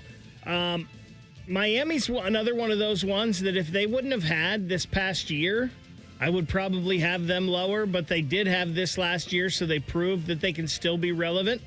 I still have a lot of issues trusting Mario Cristobal as a head coach, and I don't know what they're going to be this year without Bain and Mesidor and whatnot, but Miami's one, I think, with last year, it kind of saved their spot in the top 10. Let me ask this question. If Kirby had to pick between Oregon and USC, which job do you think he'd take? I would think it's Oregon. I think so, too. I don't know, man. Yeah? I don't know. The proximity to you got some elite offensive line that you can get out there. You got elite quarterbacking out there. And he could win at USC. I don't think Lincoln has really gotten the people rowing the same direction. I know Phil Knight's got a big checkbook on his own. There's a lot of people who went to USC that make a ton of money out there in SoCal. That's what's been kind of incredible about the coaching hires have been bad. Lincoln Riley, if he doesn't bring his quarterback with him, like what's that program look like now? I know they just won the recruiting title, but I tend to think, Joshua, that's the only major championship they're going to win. Yeah. Is that recruiting title that they signed. It's more than 30 guys out of high school, and it's like, well, no one's doing that again either. I know. We forget, though, when USC is good, they got everybody in Hollywood standing on the sidelines during the games. It almost, in the 2000s, it took over. It would, and this is part of me that's like everything that once was the best. But I think to those USC teams, and I was like, I think they were rivaling the Lakers. They were. In terms of things to do in SoCal. And now I might be misremembering because I was more college football. I don't know, man. They had Will Ferrell down there every week. They had Snoop Dogg catching punts in practice. Well, wasn't it Reggie Bush and Matt Leinart were dating Kardashian and Hilton at the same time? That's true. That's the top end of what you can get out there. And I think Kirby might look at that and say, I'd be the guy who brings it back to that. It's hard if you're going to give me Southern California to live with no budget. If you're living as a head football coach, life's pretty good. You're able to afford most things. They're going to make it comfortable for you. Hard to choose any place else in the country over that. We will get Jake Trotter on in 2 minutes. ESPN's senior college football reporter will join us, Bishop and Friends on the Fan. Scotty Vegas here, and my new Bronco from Krieger Ford might go down as one of my best purchases of all time. I love it. The family loves it. I decided to get my wife's car some much-needed service. Krieger Ford conveniently picked up her car. I was prepared to spend a ton on repairs. Nope. They walked me through the problems, and it was fixed and brought back to our driveway in a day. Plus, saved me some money for some summertime parlays. The Krieger Ford experience is awesome. See for yourself at KriegerFord.com. I met my wife in law school at the University of Florida. She was from upstate New York and I was from Kentucky. We met at a daily mass at St. Augustine's. She was the most beautiful girl I'd ever seen in my life. After communion, I followed her out of the church and got her phone number. The rest is history. I'm John Morgan of Morgan & Morgan. Little did we know that one day we would have 4 children and the largest injury firm in the world. All 4 work in the business. It's a family business. Did I ever see this coming? Hell no. We just worked very hard and treated our clients like we would want to be treated, like family. It's a full-service injury firm, auto accidents, medical malpractice, workers' compensation, Social Security, and insurance disputes. We're open 24/7, 365 days a year. Visit forthepeople.com and we can get to work on your case. No recovery, no fee. Morgan & Morgan, for the people. Injured? Dial pound law. Morgan & Morgan, Ohio office located at 600 Vine Street, Cincinnati. Prior results do not guarantee a similar outcome. Our double hung is as good as it gets. There's something really simple. It's called an interlock. We interlock our windows. The interlock is the absolute best way to alleviate air infiltration. With the interlock, it's harder to break into. When you interlock the sashes, it makes a better window. It's just a darn good window, and we're very proud of it. Visit Rosati Windows and get 35% off all windows and doors by July 31st. Bishop and Friends is sponsored by Diamond Seller, your true jeweler for almost 80 years. The Fan, Ohio's sports destination. Let me introduce you to a man with a magnificent salt and pepper beard. A man who's currently roasting lamb on a spit. A man who runs the Rocky River Greek Festival. That man is Jake Trotter. Sponsored by Window Nation. Buy 4 windows, get 4 free sale. Visit windownation.com now. An ESPN senior college football reporter joins us on the Bryant Heating and Cooling Systems fan guest hotline. Eric Reeser, Joshua Perry, Ryan Baker with you on this first Friday edition of the program. And do we find Jake Trotter at Mid-American Conference Media Days? Jake, what are you doing there? And has Dr. John Steinbrecher, I believe the MAC commissioner, gone on another one of his tirades? Because those are pretty entertaining. I'm sitting here at the 25-yard line in Ford Field, home of the Detroit Lions. The commissioner press conference, I think, is starting in like a half hour or so. So we'll see what he has to say. I have no idea what's on his mind. But yeah, good to be down here representing the MAC. You know, they don't always get a lot of publicity, but a lot of good teams, a lot of good players in this conference year to year. So as an OU Bobcat, I thank you for your coverage. I do wonder, will the Mid-American Conference have anything from their coaches or from their decision makers in response to what the SEC's been offering this week about secession talks? And I did want to ask you if you think it's lazy for me to come on these airwaves and say it's just the SEC throwing a temper tantrum. Probably fair. I mean, if the SEC did break away, how would that really affect the MAC? Would it affect the MAC? I mean, you know, the Big Ten obviously would be a bigger deal for the MAC just based on geography and scheduling. But sure. I don't know that the SEC breaking away would have that much of a direct effect on the MAC. It would be the cascading effect that would have an effect on everybody, including the MAC at that point. So, but I mean, at the end of the day, I would be shocked if they followed through on breaking away from the NCAA. That just seems crazy to me. Is there any chance that the top team in the MAC this year is getting any college football playoff buzz by the end of the year? I'm always so curious because it feels like it's, you know, American Conference and Mountain West and Sun Belt, and we watch some good MAC ball every week being here in the Midwest. Yeah, it's really hard because you need a marquee non-conference win because the overall strength of schedule in the conference is not going to be good enough, I think, for the MAC to jump over, you know, an American team, for example, right? So, or even a Mountain West when you talk about Boise. I'm trying to look. I want to look at the MAC. The MAC does have some games this year. I mean, Ohio. You know, Ohio goes to Nebraska. That's not a. I don't think that alone would be enough, but you got to win a couple of these games to get some attention.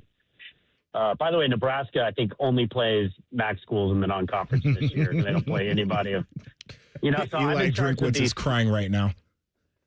I'm in charge of our scheduling story. Like the toughest schedule, hardest non-conference, easiest group of 5, and Nebraska's non-conference schedule is pretty brutal. Indiana actually has a really, really soft non-conference schedule. I think it's Western Kentucky though that has, as an aside, like an insane. I think it's Western Kentucky that has. Okay, so listen to Western Kentucky's schedule. They play at Nevada, which is, you know, whatever. Then they go to Georgia, and then they go to Indiana. So, like, I know this is a different conference. this is Conference USA, but you need a win like that in order, I think, for your conference to, when you're a MAC conference team, in order to, jump some of the other ones. So, I mean, like we've seen Toledo have some moments over the years, but I think it's going to be really tough, and it's going to take like an unbelievable non-conference upset in order to get the attention you're going to need, to be one of those 12 teams, right? Don't you guys agree? Yeah, and certainly, as the ACC talks about remaining with the members that want to be in the conference, as the SEC and the Big Ten also talk about adding and possible conference expansion, what do you think the logical path forward for the group of 5 as a whole is? Long term, I mean, it does feel like we are at some point going to get into, now this may be 20 years from now, like who knows? The way college football goes, it takes forever, and then all of a sudden all these changes happen at once. But doesn't it feel like at some point we're going to have the equivalent of an AFC and an NFC, AKA the Big Ten and the SEC? I don't know where that would leave the Big 12 and the ACC, but, I think it'd be better. I think it'd be more fun for the group of 6 to have their own playoff. Maybe we have some crossover scheduling games, but I would love to watch, Toledo play North Texas, for the what would we call it, the Group of 6 national championship. Because right now there's no path for most of these teams to get to, a meaningful game in January. But, if we could recreate what they had in the FCS with North Dakota State and South Dakota and those teams, I think it'd be really cool. But I don't know how far away we are from that happening. But it'll probably be dictated by what the big boys say, that the SEC and the Big Ten, what they ultimately decide, which may be nothing right now because they can't agree on anything. I think it's a great idea for the group of 6 schools. We got the news this week, Jake, that Ward Manuel will be stepping down at Michigan. Did anything this week in the Michigan story saga that has been surprise you? No, I don't think surprising. I mean, I think this was starting to feel inevitable. I mean, you just look at the totality of the scandals and the issues that they've had there, not even the bigger ones. I mean, some other, issues with assistant coaches they've had. At some point it becomes too much, no matter how much winning you've enjoyed on the field. And they've enjoyed a lot of winning, the basketball national championship, the football national championship, but it was too much. And, there were, I think there were issues where, like, it just took so long for them to respond to, including the Sharon Moore situation that, it feels like they had to make this call. So we'll see who they hire. I think the Kyle Whittingham hire was a big step in the right direction for them, just bringing some stability and some professionalism to the job. They need to emulate that elsewhere. And I think they did that with Mike Boynton, who I know a little bit from when he was at Oklahoma State. Terrific guy, well-respected. Players love him. And I think he'll actually do a pretty good job there for them. But the AD is in charge, and, I think everything flows off that. And clearly, it wasn't the cleanest situation there across the board. Jake Trotter, our guest on the Bryant Heating and Cooling Systems fan guest hotline. And, from a football standpoint, Kyle Whittingham in his first season, they've got the quarterback that they've paid. They've got, one of the top running backs in one of the last recruiting classes. How does this look and feel, in your opinion, for Michigan on the football field this season? Yeah, they're really interesting because I think their skill talent has a chance to be better than it has been because they just have not had the type of weapons to compete with the Ohio States of the world, the Oregons of the world. I mean, I'm a believer in Bryce Underwood. I mean, I think he has big time talent. I don't know how much what was happening off the field affected him last year, but I think, with what they did at Dampier at Utah, if they can translate that over, I think he's going to have potentially a really good year. You talk about, their backfield with Jordan Marshall, who's played a lot of football. The true freshman I think you were referring to was Savion Hyder, who yep. you just hear great things about. They've potentially got a really nice 1-2 punch at running back despite losing Justice Haynes to the transfer portal. And then, they got to get more out of the receiving position. It was big that they kept Andrew Marsh. This is how bad they were at receiver last year. He didn't even play the first month of the season for whatever reason, and he still led them in every receiving category. So they've got to get more weapons there. They've got some transfers they're going to be leaning on. We'll see what happens there. But with the two backs, with Andrew Marsh, with Bryce Underwood, that's a pretty good young four to build around. But to me, I don't put Michigan in the Ohio State, Oregon, Indiana tier right now. Maybe even USC. If we're looking at a 14 that could contend for a playoff spot, I think they're in a tier below. And, they've got to prove that they can score enough to become a true playoff contender again. All right, let's end with USC. You mentioned them. I think they're one of the most intriguing teams coming into this season. Do they actually hit that expectation? I think that there are people in Southern Cal that are looking at them as a team that has to make the playoff this year. Can they actually do that? Yeah, it's gonna be tough. Their schedule is pretty rough. I think they have like a three game stretch that's pretty imposing, if I remember correctly, which includes the home game against Ohio State. But listen, they've got a quarterback in Mayava who led the country in QBR last year. They've got to replace some of those receivers, including Mekhi Lemon, who was a first round pick. But they've got enough talent coming in around him. To still be pretty imposing offensively. And I think it comes down to defensively.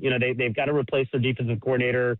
Anton Lynn went to Penn State, his alma mater, to join Matt Campbell's staff there. They were starting to make some progress defensively. Can they continue that momentum? But again, with USC, I think it always comes down to this. The physicality defensively to hold up against the Big Ten schedule. They just haven't been able to do it. And they've had moments when they've had an opportunity to win a big game, and that lets them down. I mean, the game that really sticks in my mind was 2 years ago. They're at Michigan. Was that 2 years ago? Yeah, it was 2 years ago. They're at Michigan. They've got the game won, and they can't make a tackle in the fourth quarter. Michigan couldn't throw the ball, and yet they still went down the field and scored in the final seconds to win the game. You got to be able to tackle in the Big Ten. They've had some time to adjust to the Big Ten style of play. Is this the year that it pays off? We'll see. They've lost a ton of games, by a touchdown or less, or in the fourth quarter.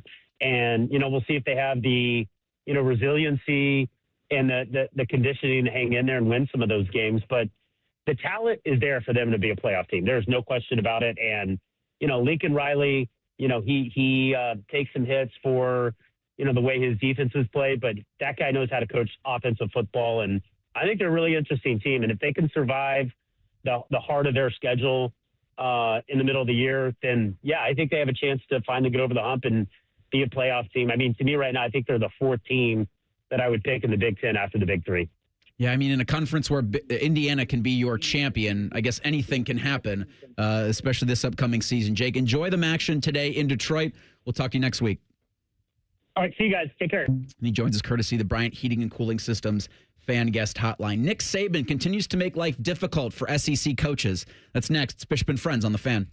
Head to 971thefan.com to listen on demand and subscribe to all our podcasts. Wasting time has never been easier. The Fan, Ohio sports destination. For the ones who get it done, Grainger offers the professional grade products you need, delivered when and where you need them. Call, click Grainger.com, or just stop by. Life is full of uncertainties. You can't control the economy, the prices at the pump, or the grocery store, and you certainly cannot control the weather. But the one thing you can control is your home's efficiency and comfort. Steve here from USA Insulation. Let us help you take back control of your home by insulating your walls with our premium foam. You give us a call today, we'll come out, we'll insulate your walls, and we'll throw in your attic for free. So give us a call today, 529-2440 or usaiinsulation.net. USA Insulation. At Bank of America, we support businesses at every step, providing insights and expertise to help you gain an edge. What would you like the power to do? Explore winning business solutions at BofA.com/GameChangers, official bank of the FIFA World Cup 2026. Say goodbye to car care headaches with Carvenience from Hinderer Motor Company. This is Justin Hinderer. For only $49, we'll pick up your vehicle, leave you with a rental, and return it fully serviced and spotless. No more juggling your schedule or wasting hours at the shop. Carvenience lets you focus on what matters while we take care of all the rest, making life easier. Schedule your service today at HindredMotorCompany.com. When it comes to your roofing, siding, or gutter needs, call Newman Roofing, 614-NEW-ROOF, NewmanRoofing.com. Alan Parsons Live Project, celebrating 50 years of the debut album, Tales of Mystery and Imagination. Saturday, July 25th, 8 p.m., Columbus Commons. An unforgettable night with the Alan Parsons Live Project. On sale now at picnicwiththepops.com. The 50th anniversary of Tales of Mystery and Imagination. Live. Presented by Nationwide Picnic with the Pops. Hey, it's Anthony here for the Good Feet store. Years ago, I told you about how my feet ached, just general fatigue. But man, I've been feeling good with my personally fit arch supports. There's no doubt they've helped me. They've stabilized my feet. I always feel supported and my body feels aligned. They're firm but flexible, and I can pop them into any pair of shoes. In fact, I'm still wearing my original arch supports. I work out with them in my shoes, ride the bike, and play golf. My arch supports from the Good Feet store changed the game for me. And the fitting I got was personalized, and it will be for you. It's really thorough. They measured my feet and arch size, and I knew right away after taking the test walk around the store, I felt the difference. Book your free personalized fitting today, and once you've been fitted and you found the supports that work best for you, you'll be able to wear your new arch support inserts home. They're made in the USA and engineered to last. It's simple. Just stop by the Good Feet store in Grove City or on Polaris Parkway in Westerville. No appointment necessary, but you can always schedule online. Get started at goodfeet.com. Lanny went to college and racked up huge debt. A little bit over $100,000.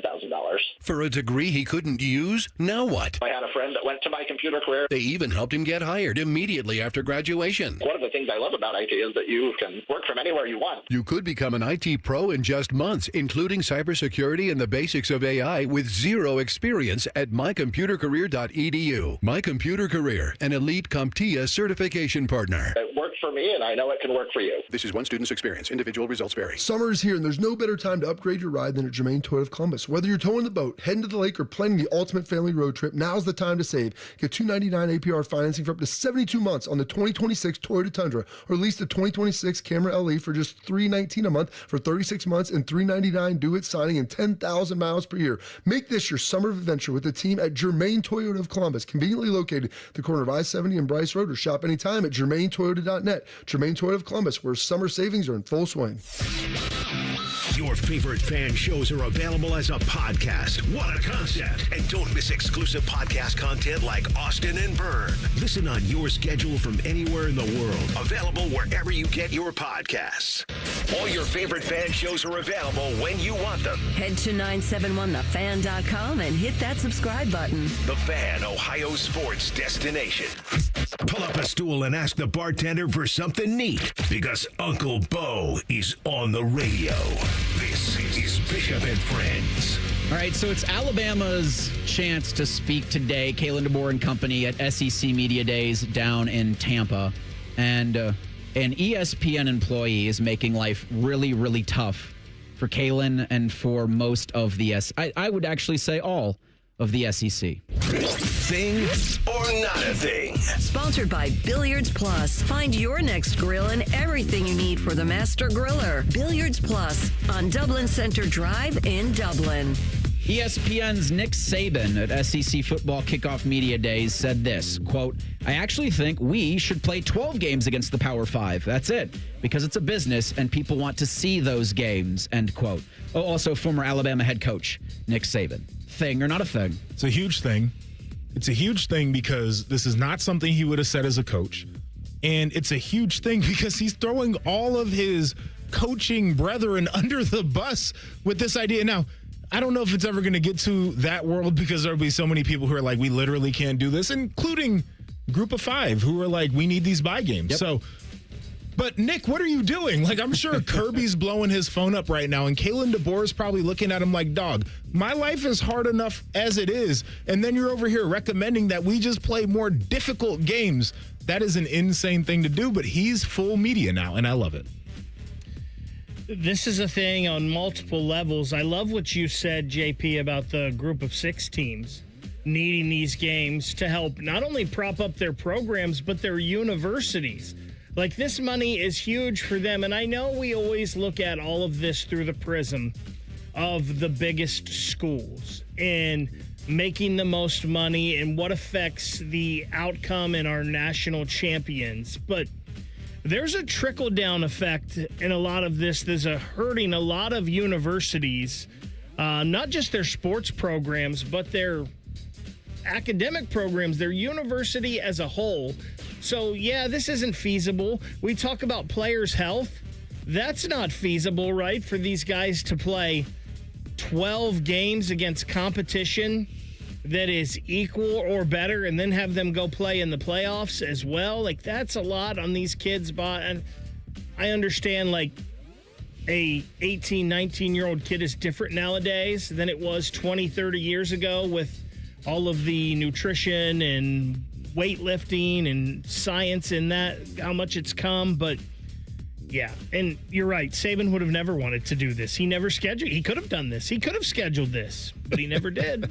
So in the world that Nick Saban wants to live in right now, it's 12 marquee Power 5 matchups. You got the 9 conference games. Then you've got a conference title tilt. And then you've got potentially 3 games in the college football playoff. Sure. Like, that's the content inventory in me is like, that's great. We all want to see all of those games. But you're insane if you think teams are going to be able to go through that road.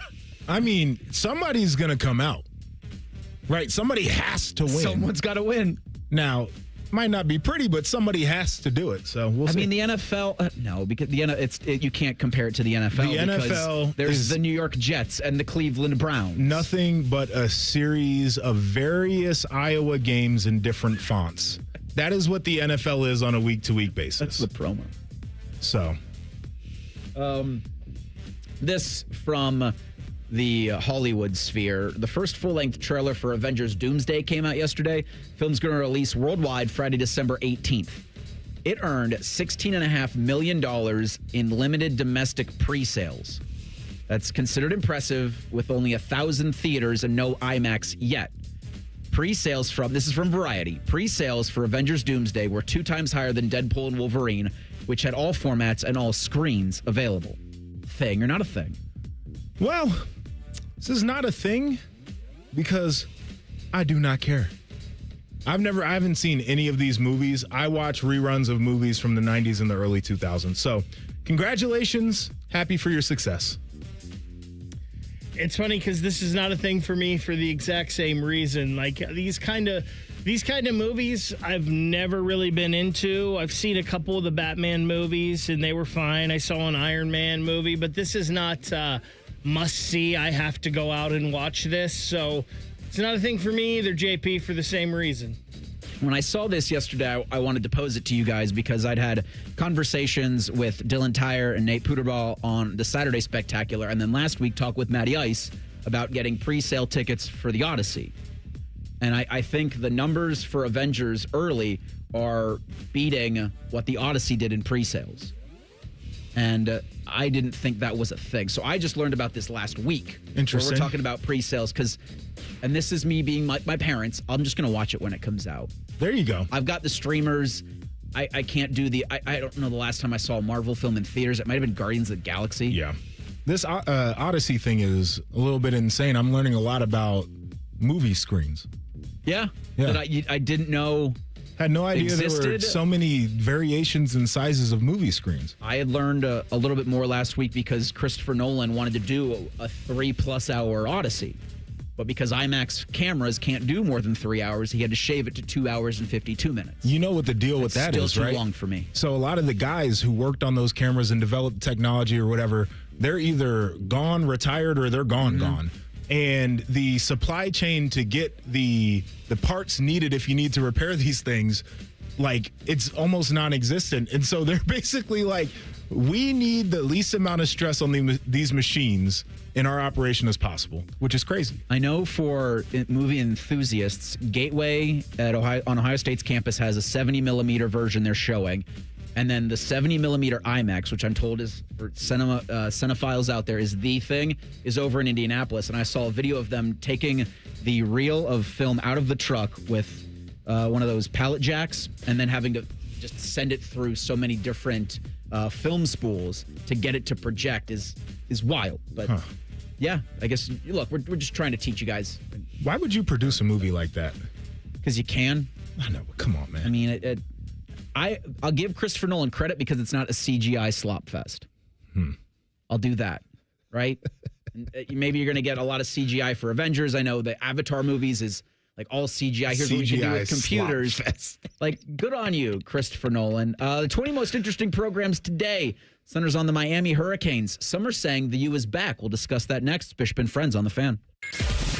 We're known for three things: games, conversation, and Common Man yelling about things only he cares about. The Fan, Ohio's sports destination. Hey, what's up? It's T-Bone. Tired of snoring? Sleep Better Columbus can help with a custom mouthpiece that opens your airway and stops the snoring. No mask, no noise. Call 1-800-MORE-SLEEP or visit sleepbettercolumbus.com today. Stop snoring, sleep better, live better. I'm Leslie from Pella Columbus. And I'm Wilson from that other window place. Sounds like you heard about our special sale right now, where qualifying installs are 40% off. Yep, it's why we're now offering 2 windows for the price of 1.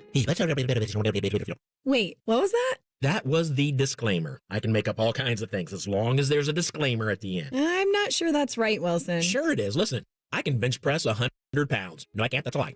Get the windows that Columbus homeowners rated the leading window brand at PellaColumbus.com. Delaware County Veterans Services is ready to help you access VA benefits, emergency financial assistance, dental and medical grants, transportation, and more. Give Delaware County Veterans Services a call, 740-833-2010 to schedule an appointment. Ever wonder where your go-to maintenance person gets the metal products they need to fix yours and everyone else's problems? The best in the business go to Metal Supermarkets for their wide variety of metal products and shapes to tackle projects from simple to complex. Metal Supermarkets is your source for all metals cut to size and ready fast. No minimum order with maximum service. Visit the family-owned franchise on North Wilson Road or at Columbus at metalsupermarkets.com. With rates lower than the national average, plus special rates on balance transfers, a BMI Federal Credit Union Visa Platinum or Visa with Rewards credit card would be the perfect card for your wallet. Visit bmifcu.org/visa for more details and to apply today. Common Man and Timmy. Voted America's dumbest show by Marconi voters. Common Man is a Columbus radio legend. And by legend, I mean it's a miracle he hasn't been fired yet. And Timmy is, well, Timmy will complain about anything and everything. And he kind of looks like a woman. Giggity, giggity, giggity. So there's that. Common Man and Timmy. Sponsored by Hinderer Motor Company. Weekday afternoons from 3 to 6 on The Fan. Hey, y'all. It's the Rocket Roger Clemens here. I spent years on the mound giving everything I had, and now I feel every inning in my knees, back, and shoulders. But I didn't want surgery, and I sure didn't want to be sidelined. That's why I turned to QC Kinetics. QC Kinetics Medical Director Dr. Christie and his team use regenerative treatments that help your body heal itself. No surgery, no meds, and no downtime. Whether you're teeing off at the club or chasing the grandkids around, QC Kinetics helps you get back to doing what you love. Call QC Kinetics now and schedule your free consultation. Natural joint pain relief with real results. Don't let the pain slow you down. I didn't, and neither should you. My friends at QC Kinetics, they'll take care of you. Call QC Kinetics today and schedule your free consultation. QC Kinetics. Call QC Kinetics, 380-208-4544. That's 380-208-4544. 380-208-4544. Hey friends, Beamer here. Warmer weather, longer days, lighter meals, more time outside. Summer gives weight loss a head start. Awaken 180 gives you the plan to make it happen. Ride the momentum with Awaken 180, the official weight loss program of summer. Common Man here for GoGermain.com. Are you in the market for a pre-owned vehicle? Yes? Stop what you're doing and check out GoGermain.com. They're having their biggest pre-owned sale of the year. Every single vehicle is on sale and comes with a 72-hour exchange policy plus a 3-month warranty. No one's going to sell you a car for less. They have over 4,600 cars to choose from with over 1,500 under $30K. So go for the biggest selection. Go for the lowest price. GoGermain.com. Tell them Common Man sent you. Join us for Diamond Seller's Wedding Weekend, July 24th and 25th. We guarantee the best price year-round, and Wedding Weekend adds an advantage you won't find anywhere else. Enjoy preferred bridal pricing up to 30% off for 1 weekend only. Visit Diamond Seller, July 24th and 25th. They say gigantic overdraft fee. At Right Pat Credit Union, we say, hey, mistakes happen to the best of us. They say, due to high call volumes, wait times may be longer than expected. We say, how'd the kids' soccer match go? They say, gotta maximize those shareholder returns. We say, you deserve better. Right Pat Credit Union. Banking done right. Federally insured by NCUA. Hey, it's T-Bone again. Sleep apnea doesn't have to rule your nights. Sleep Better Columbus has been treating snoring and sleep apnea for over 15 years with proven results and now has an office open in Marysville. Call 1-800-MORE-SLEEP or go to sleepbettercolumbus.com. Stop snoring, sleep better, live better. Broadcasting live from the McDaniel GM Superstore Studios. Driving excellence since 1916. Chevrolet. Together, let's drive. WBNS HD1 Columbus. Good morning. I'm Eric Reeser. Ohio State's looking for a big boom this afternoon. 5-star running back David Gabriel George, the second highest ranked running back in the class of 2027, will reportedly choose between Ohio State and Tennessee on YouTube tonight at 5:30. Buckeyes currently have the 7th highest ranked class in the 27 cycle. In baseball, the Reds look to make it 2 straight against the Mariners in Seattle today at 3:40. The Cleveland Guardians look for their 3rd win in a row. They'll host the Minnesota Twins tonight at 6:40. Guardians are currently tied with the White Sox for the top spot in the American League Central. Baseball's trade deadline is Monday, August 3rd at 6 p.m. And Major League Soccer is back from the World Cup break. The Columbus Crew host NYCFC tonight at 7:30. FC Cincinnati's in town on Saturday for the first leg in the Hell is Real Derby. This update is sponsored by Vermeer Heartland. Vermeer Heartland opens in Columbus August 3rd. Get the Vermeer equipment you trust, genuine parts, and expert service. Visit VermeerHL.com.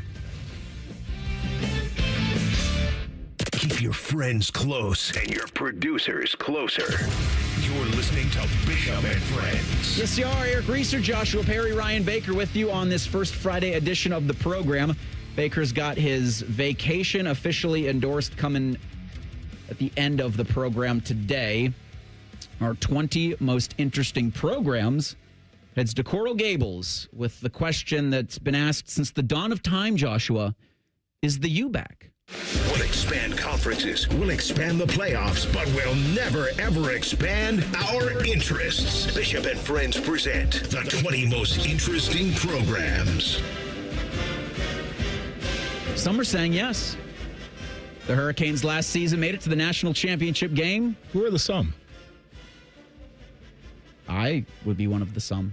They're back.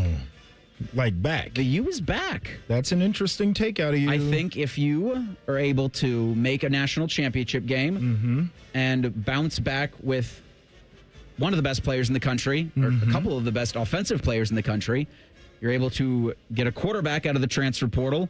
You've got NIL spending that rivals some of the best in the country. You're throwing reportedly $10 million at Jeremiah Smith. That's as back as the Miami Hurricanes ever hope to be. Remember when Tom Herman said, you know, who was the quarterback who said Texas is back? Remember that during the Tom Herman days? It wasn't him, but it was his quarterback. I can't remember.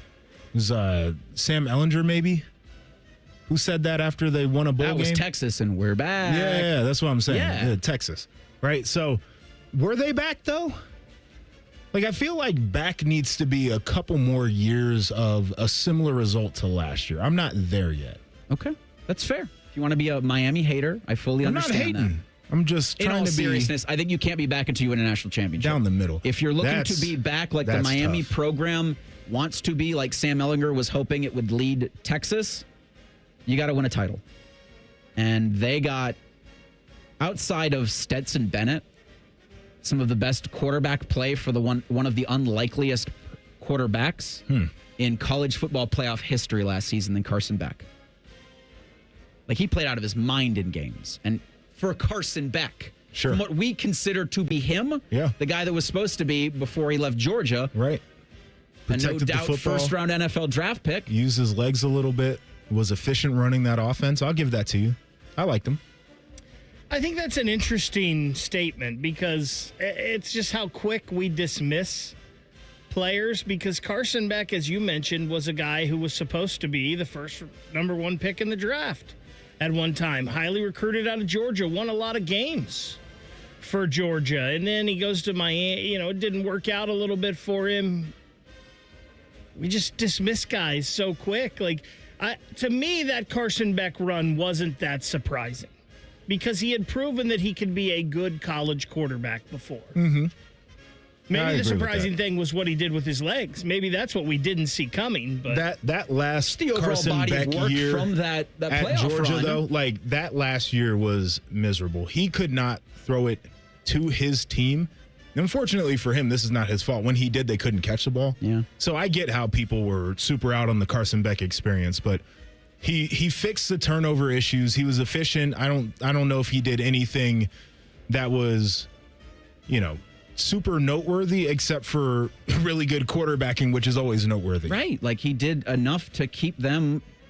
I mean, there was at times I'm like, shoot, Miami might win this thing. Yeah. The game against Indiana, certainly against Ohio State. Yeah. It does help to have the defense that the Canes had last season. I think that's going to be the biggest thing, where you lose a pair of players on your defensive front that were all world.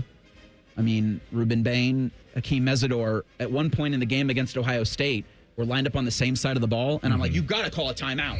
And I'm the biggest. I'm a layperson. I would hope somebody would have seen that and be like, yeah, you got to not run that play. And they did, and you saw what happened. So that's for me the biggest question for Miami, because I think Darian Mensah is a solid quarterback. I thought Carson Beck was a stinky quarterback, and so I think this is an upgrade for what Mensah was able to do last season at Duke. Malachi Toney, Mark Fletcher.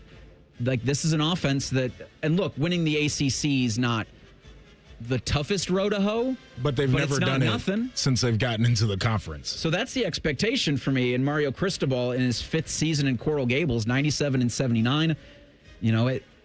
This lines up for Miami to make another college football playoff run. Yeah, I think so. I mean, I think when you look at the inputs, to your point, Darian Mensah was very good. He's on his 3rd stop now, but was good at Tulane, was good at Duke, who was in the ACC. And by the way, did you hear what he had to say about being at Duke versus Miami?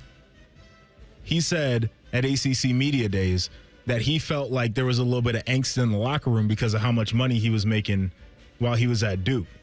But he got to Miami, and it felt like a family. Nobody cared. And one of the Duke players that was at ACC Media Day said that's just not true. And so that's an interesting thing. Neither here nor there. He's a good player. Malachi Toney, obviously one of the best players in college football. Mark Fletcher Jr. Yeah. I don't know if he gets enough credit for how good of a running back he's been during his career there at Miami. They've got a couple of guys in particular on the defensive interior that I think can be a real problem too. So, yeah, they got the inputs there. It's just like, can you run it back at the same level you did a year ago? I see on this returning starters list Xavier Lucas. I think he had an interception in the national championship. At least he had an interception in the playoff, but he was the guy that just left Wisconsin. Yeah, he right? did the ghost transfer, which is what they call that. It's a very Miami thing to do. It's going to be interesting to see, because we talk about the 2 guys they lost on the defensive side of the ball, and Mesidor and Bain, but they only have 1 returning offensive lineman coming back and just 3 starters on the offensive side of the ball totally. And if you remember those tackles, one of them was Francis Malioa, who's going to be playing for the Cleveland Browns this year. And the other one was Markel Bell, who some people thought would be better than he was in college. Some people thought that was a guaranteed first-round pick at one point. But he's still a monster of a human. Yeah, he's like 6'8", 6'9", 360 pounds. Yeah. So that offensive line, and I know Mensah's really good running the football from the quarterback spot. That offensive line is real, and that's what Cristobal does. He's a former offensive lineman. That offensive line has a lot of work that needs to be done. So to help shore up the left side, you got big Jackson Cantwell out of high school. He was that 6'8", 330-pound lineman that they paid a bunch of money to. And it's an ambitious play when you've got arguably one of your most important pieces. You're trying to replace an all-conference, all-American, and you're going to do it with a guy out of high school that took the bag. I've maintained that the most ambitious thing you can do in college is the quarterback portaling year after year after year. This might be the second most ambitious thing from a player personnel standpoint. Yeah, I don't love throwing a freshman out there and saying, like, go be great. There you go. But, again, like, who knows? They might have a guy who they felt like was a developmental player who will be ready to go sooner than a freshman would be. As we've mentioned, Mario is really good at his craft of being an offensive line coach. I think he's become a much better head coach. We'll talk about that in the next segment. But he's going to make sure that the offensive line does not embarrass him. Like, that is his one goal as a coach, is y'all got to be really good, because that's my thing. He certainly made Oregon tougher up front. Did the same thing with Miami. Now, the Canes, I don't think left Florida until November of last season. It was something ridiculous where they went more than a third of their way through the schedule without leaving the Sunshine State. They're going to be leaving the Sunshine State at times this season. I want to say they've got Stanford in Stanford week 1. This is, if you want to talk about cupcakes, Stanford, Florida A&M, Wake Forest, Central Michigan, Clemson, Florida State, Pittsburgh, North Carolina, the Notre Dame one on November 7th. That'll be at 7:30 on your network, NBC. Right. Yes, sir. That'll be a hell of a game. Those will be when, I think it's August 17th is the preseason top 25. Both will have single digits next to their names. I think that 3-week run there, starting with that Notre Dame game for them, is going to be tough because they're at Notre Dame. Then they play Duke. And there's already something there, JP. You talked about it. Mensah and the wide receiver both transfer from Duke, go to Miami. You know Duke's going to be fired up for that. And if you remember, Duke won the ACC last year. So they weren't a terrible football team. And then Virginia Tech. And I think Virginia Tech is going to be much improved with Mr. James Franklin as their head coach. So I think that 3-week run is a little tough for them. I agree with you on the Va Tech. I'm not sure what their record will be, but I think that they'll be able to hit the ground running with James Franklin. Alex Donno will be our guest at 11:30. He hosts the Locked On Canes podcast. He also hosts the Locked On ACC podcast. And so he'll have plenty of thoughts on not only the Miami Hurricanes, but I'm interested to hear his thoughts on ACC Media Days last week and James Franklin's introduction to that conference. But we will do the categories in the Miami Hurricanes coming up next. It's Bishop and Friends on The Fan.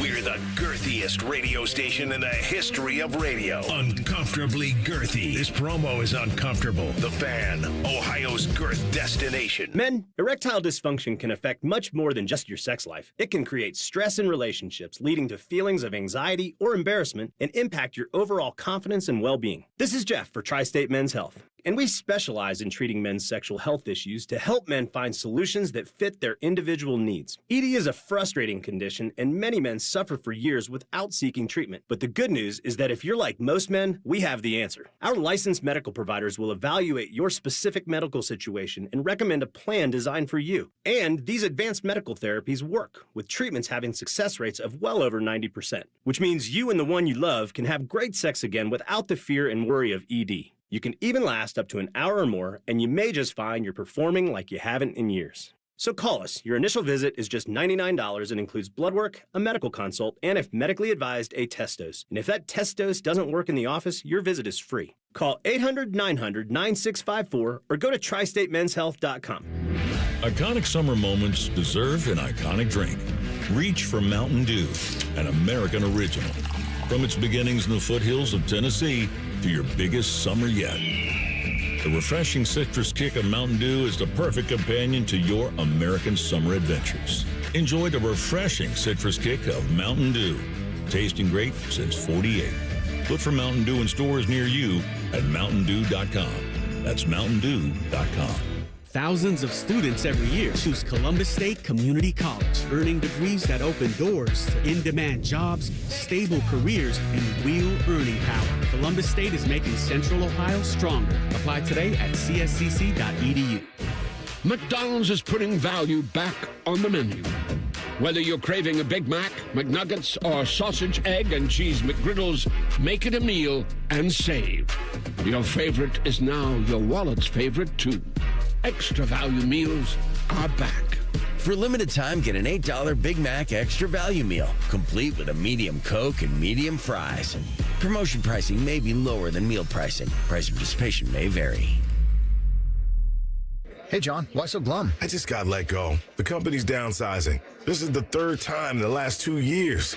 I'm done with this. Have you thought about My Computer Career? I've heard they can train you for a career in IT in just a few months, including cybersecurity and the basics of AI. And you don't need prior training or experience. Now that's a recession-resistant career. Wow, thanks. I'll check them out. Go to mycomputercareer.edu and take the free career evaluation. Mycomputercareer.edu, an Elite CompTIA certification partner. Financial aid is available to those who qualify, including VA benefits. Get Eco. ECO. When your drain is clogged, our drain team will clear it for just $93. If we can't clear it, it's free. And we guarantee it will stay clear for at least a year, or we'll clear it again for free. Get Eco. ECO. Go to geteco.com. Proper tree care is an investment that can lead to substantial returns and increased personal enjoyment. Hiring a certified arborist can help care for your trees and add considerable value to your property. Inspections by Ohio ISA certified arborists can often find and mitigate tree defects before they fail. Only professionals with specialized knowledge and training are properly equipped to provide appropriate care.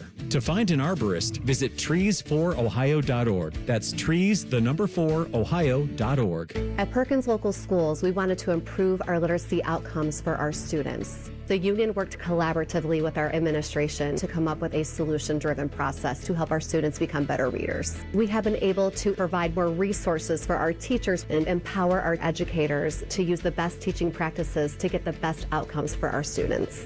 My name is Pamela Schertz, and I am a proud member of the Perkins Education Association because strong unions make strong public schools for our students. We at The Fan have created a show where you can be a homer, a hater, or whatever you want to be. Sunday mornings at 8. It's the Fan Call-In Show presented by the Sportsbook at Hollywood Casino Columbus. Must be 21. Gambling problem? Call 1-800-589-9966. Fan weather. From the Logan AC and Heat Services Weather Center. We're looking good out there for the rest of the day. Plentiful sunshine, no real mugginess, and high temperatures in the mid-70s. Looks like the coolest afternoon we've had in about a month. For tomorrow, we start off in the mid-50s with a mostly clear sky. Mostly sunny skies into the afternoon with highs in the upper 70s. For The Fan, I'm 10 Weather Impact meteorologist Justin Gertz. Miss a little, miss a lot. Catch Bishop and Friends wherever you get your podcasts. It's free. Sponsored by Atlas Butler Heating, Cooling, and Plumbing. The Fan. They've all been paid by the Cleveland Browns. This is Bishop and Friends. That's not entirely accurate. Just two of us. Eric Reeser, Ryan Baker, that we know of. Joshua, I don't think you've received a check. Nope. Would you like to? Yeah. Yeah. All right. That's fair. Alex Donno will join us. Hold on. I mean, I usually don't turn down checks, but their money spends the same as everybody it does, else's. But if I'd asked you 10 years ago, I'm sure you'd have a different answer. Yeah, it would have been a different answer. Here's the thing. Fair. I give Tyvus all the credit in the world. I'm not making the commute. That to me, I'm cool on. Well, technology's allowed him now. Oh, on Sundays, you're right. He's still having to do that. Yeah, I'm good. Not driving to Cleveland to hear from Dick from Dayton. I mean, just be burning up gas and putting wear and tear miles on my vehicle. I'm not doing that. He doesn't. He puts miles on Cardell's vehicle. Yeah, it's true. It's a different car. If you want to hear Browns football, we'll have it for you on The Fan. So hear Tyvus. I'll listen. In his post-game conversations with Dick and Dayton. And listen to him do the draft. It was very good. Yeah. Yeah. It's Cleveland Browns football, and Cleveland Browns football will be right here on The Fan in the fall. The University of Miami, the 20 most interesting programs today. We'll hit the categories on the Canes.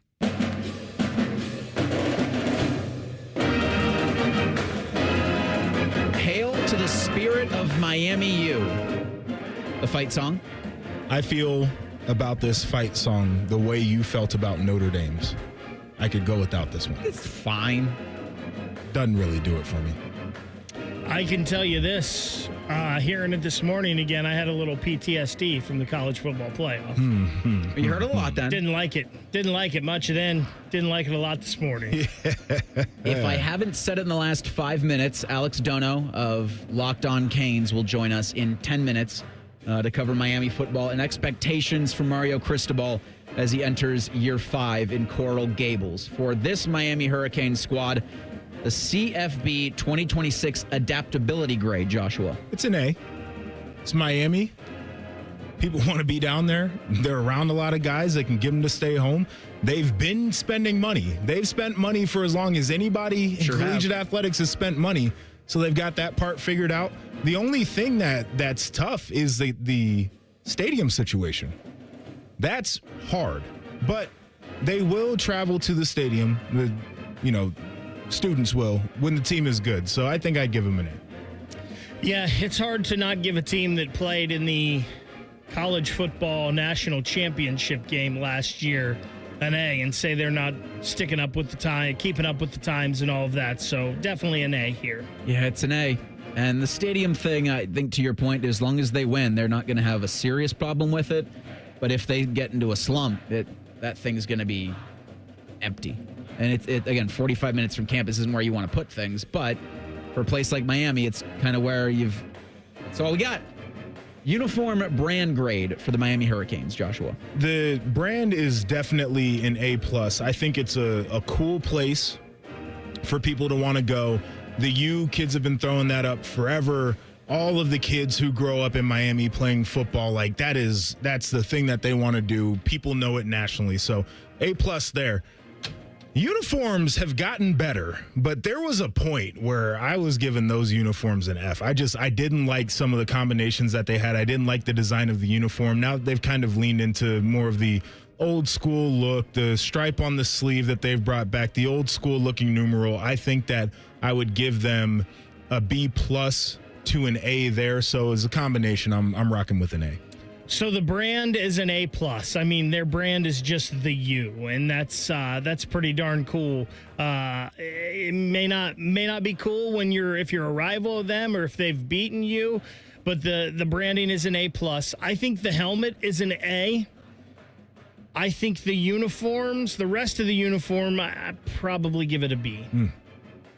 Yeah, it's a B+, because I think the brand is as hot as any in college football right now, but yeah, the uniforms, when you add in, they're just fine, in my opinion. Would all-star let's go historical player you'd pick for this Miami team. So I'm going to go with Ray Lewis on this one. And I think their linebackers are going to be fine, but I think that they would, with some of the departures and the secondary, with the departures on the edges, I think that you would like a real commanding linebacker there in the middle of the defense.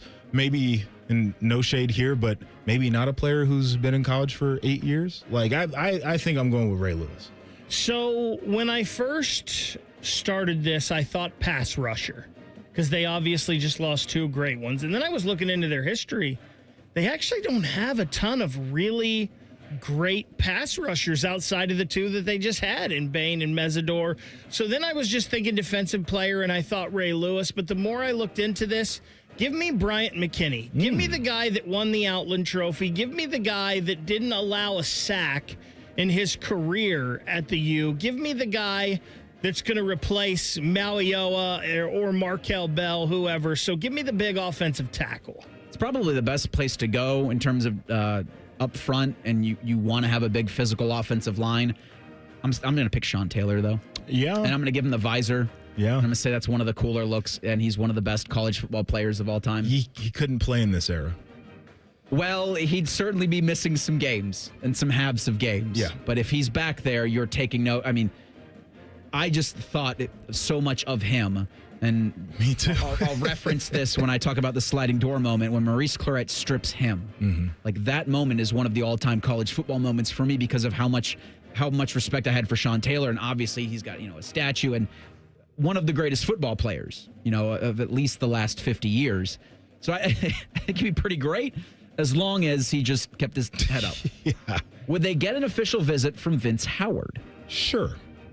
I don't see why they wouldn't. Yeah, this is an A+ grade here. Absolutely. He's going to go check out what's going on in South Beach. Yeah, I think they'd offer him, and he would definitely want to see. Because I think if South Florida's calling from, West Texas, you're probably interested. Probably very interested. Coach grade for Mario Cristobal. I'm going to go with the B+ here. The culture of this team shows up on their tape, which I think is very important. He has become a better game manager, but I still feel like you have that part of your stomach where it's like, is Mario going to Mario? Are they going to try to run a play instead of taking a knee? I think that still lives with you. But a natty appearance and everything seems to be pointing in the right direction. Like, I'm not sure I would say that he's in the A tier of coaches, but he's butting up against it. So I am giving this a B- because I think Mario Cristobal is a heck of a player's coach. I think he is a great rah-rah guy. I think he's an offensive line coach, so he knows to build from the trenches out. But his head coaching record isn't that great compared to some of the other upper echelon coaches, and his head coaching record is at Oregon and Miami, two pretty big-time programs. And there are too many instances, JP, as you talked about, where he has just done some of the dumbest, most asinine things you have ever seen a coach do late in games or in critical situations. So I just don't trust him, quite frankly. And maybe I'm a little low on this because they just went to a national title game, but he's a B- for me. I'm going to give him a B. I think there's that split the difference. Certainly that Georgia Tech game 2 seasons ago will forever haunt him and that team. But last season, the way Mario Cristobal's been able to at Miami kind of cobble together teams year in and year out and still recruit talent and still, and it remains to be seen how well they can develop that talent for the next level. But you get the portal backs are going to be a big question, I think. And can you continue that success? Kind of what Kurt Cignetti has done at Indiana, certainly Miami trying to go in that path. Sliding door moment in Hurricanes football history. So I think a lot of people could make the argument that Ohio State broke them. You mentioned the play there. It was ridiculous what Maurice did. But I'll take it a little bit further. I think it was really the handoff between Coker to Randy Shannon in the ACC transition happening around that time. It was a little bit before the handoff. They haven't been the same since that point, and they're trying to get back there, but it's just not what the U was. I think you could argue in a negative way that sliding door moment would have been Butch Davis to Larry Coker, even though they went to that national title game against Ohio State with Larry Coker. He took what had been built and kind of torpedoed it. I'm going to go sliding door moment in a good way. I think it was from the hiring of Howard Schnellenberger in the late 70s through the 80s and 90s, because that put the U on the map. They were an independent then, and that got them on the road to being in the Big East and in the ACC. So I'm going to take it from a positive aspect and say Schnellenberger through the 80s and 90s was. I'm going to go with the 2003 Fiesta Bowl. The 0-2 national championship game, the pass interference call that Miami fans bitched about for 15, 20 years. Still to this day. And that program completely fell off a cliff following that game. And yeah, the coaching hires were really awful. And it led to not great football on the field. And now they're kind of getting back to it, where it is, I think, fair to even ask that question. Despite it's a tongue-in-cheek thing I love to ask, is the U back? Now you can legitimately have that conversation. It's in the conversation, no doubt. Alex Donno will join us in 2 minutes. He covers the Miami Hurricanes for the Locked On Hurricanes podcast. Bishop and Friends on the Fan. When it's too hot to go out, it's definitely too hot for your AC to go out. The Waterworks Heating and Cooling Pros are here to help. We offer fast repair and AC replacement for any cooling system when you need it. Plus, we're a premier Lennox dealer and can install an energy-efficient system for a great price. Call the Waterworks at 614-232-2222 or visit us online at thewaterworks.com. The Waterworks. Better care, better value, better results. Delaware County Veterans Services is ready to help you access VA benefits, emergency financial assistance, dental and medical grants, transportation, and more. Give Delaware County Veterans Services a call, 740-833-2010 to schedule an appointment. Everything you need to know about the Buckeyes is on, wait for it, The Buckeye Show, lit by the Beamer. I'm not going to lie to you. Getting ready now for Jeremiah Smith, you're already too late. And featuring Austin Ward. The reason that the weather was perfect for Texas at Ohio State is because it was played in the San Diego of the Midwest. It's the Buckeye Show weeknights at 6. And tell your smart speaker to play 97.1 The Fan, your home of the Buckeyes. The Fan. Hey, this is D. Miller. Declare your independence from low testosterone at Low T Center. Start with the free T-test. Stay on the treatment for 90 days and receive $250 back. It's the Low T Center 250 for 250 offer. Book your free T-test at fixedbylowt.com. I'm Leslie from Pella Columbus. And I'm Wilson from that other window place. One of the biggest positives we hear from customers is, I loved my Pella Columbus guide. We're there to be whatever it takes to make your life easy. We've been working on our support as well. Cool, like... I made a pamphlet. A pamphlet? Double-sided, very thorough. Even put a word search on page 2 with window words like double pane, which is what my mom used to call me. Still calls me. Get the windows that Columbus homeowners rated the leading window brand at PellaColumbus.com. Bishop and Friends is sponsored by Diamond Seller, your true jeweler for almost 80 years. The Fan, Ohio's sports destination. Sports conversation that's worthy of a toast, or at least a stiff drink. You're listening to Bishop and Friends. Yes, you are. Eric Reeser, Joshua Perry, Ryan Baker with you on a first Friday edition of the program. The 2026 Miami Hurricanes look to summit college football's mountaintop in a return appearance in the College Football National Championship game. For some perspective, we've gotten out of the Bryant Heating and Cooling Systems fan guest hotline. He's the host of the Locked On Canes and the Locked On ACC podcast. Is Alex Donno. Alex, we appreciate the time today. Before we get into a conversation about this current Hurricanes roster, I want to go back to ACC Media Days last week and just comments by Jim Phillips, the conference commissioner, have me wondering what the health of the league is and where do you see the Atlantic Coast Conference in the next 5 years?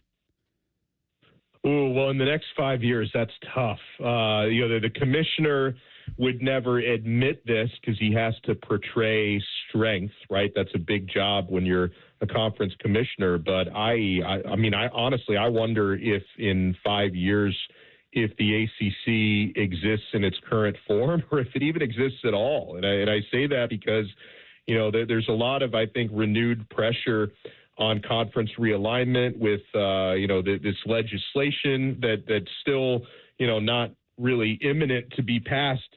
But this Protect College Sports Act that they're looking at has a lot of language in it about conference realignment or how they want to limit it and stop it. And I know the SEC and the Big Ten are trying to get that language out of there completely. If they can't, then there's some rumors they could try to expand earlier so they get it in before expansion is no longer legal. I think it's no secret Florida State and Clemson have been open to leaving in the past. They sued the ACC over the grant of rights.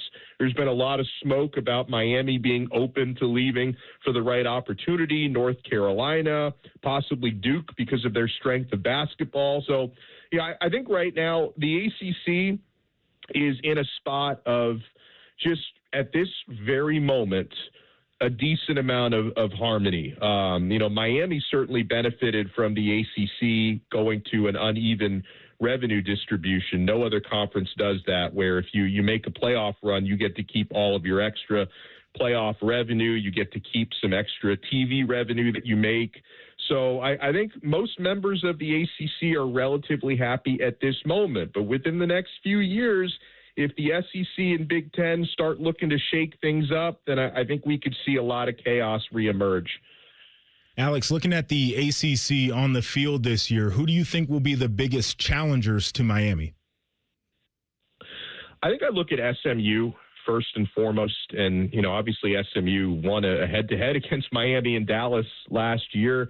They actually do not play one another in the regular season this year. So SMU and Miami would not potentially see each other until the ACC championship game.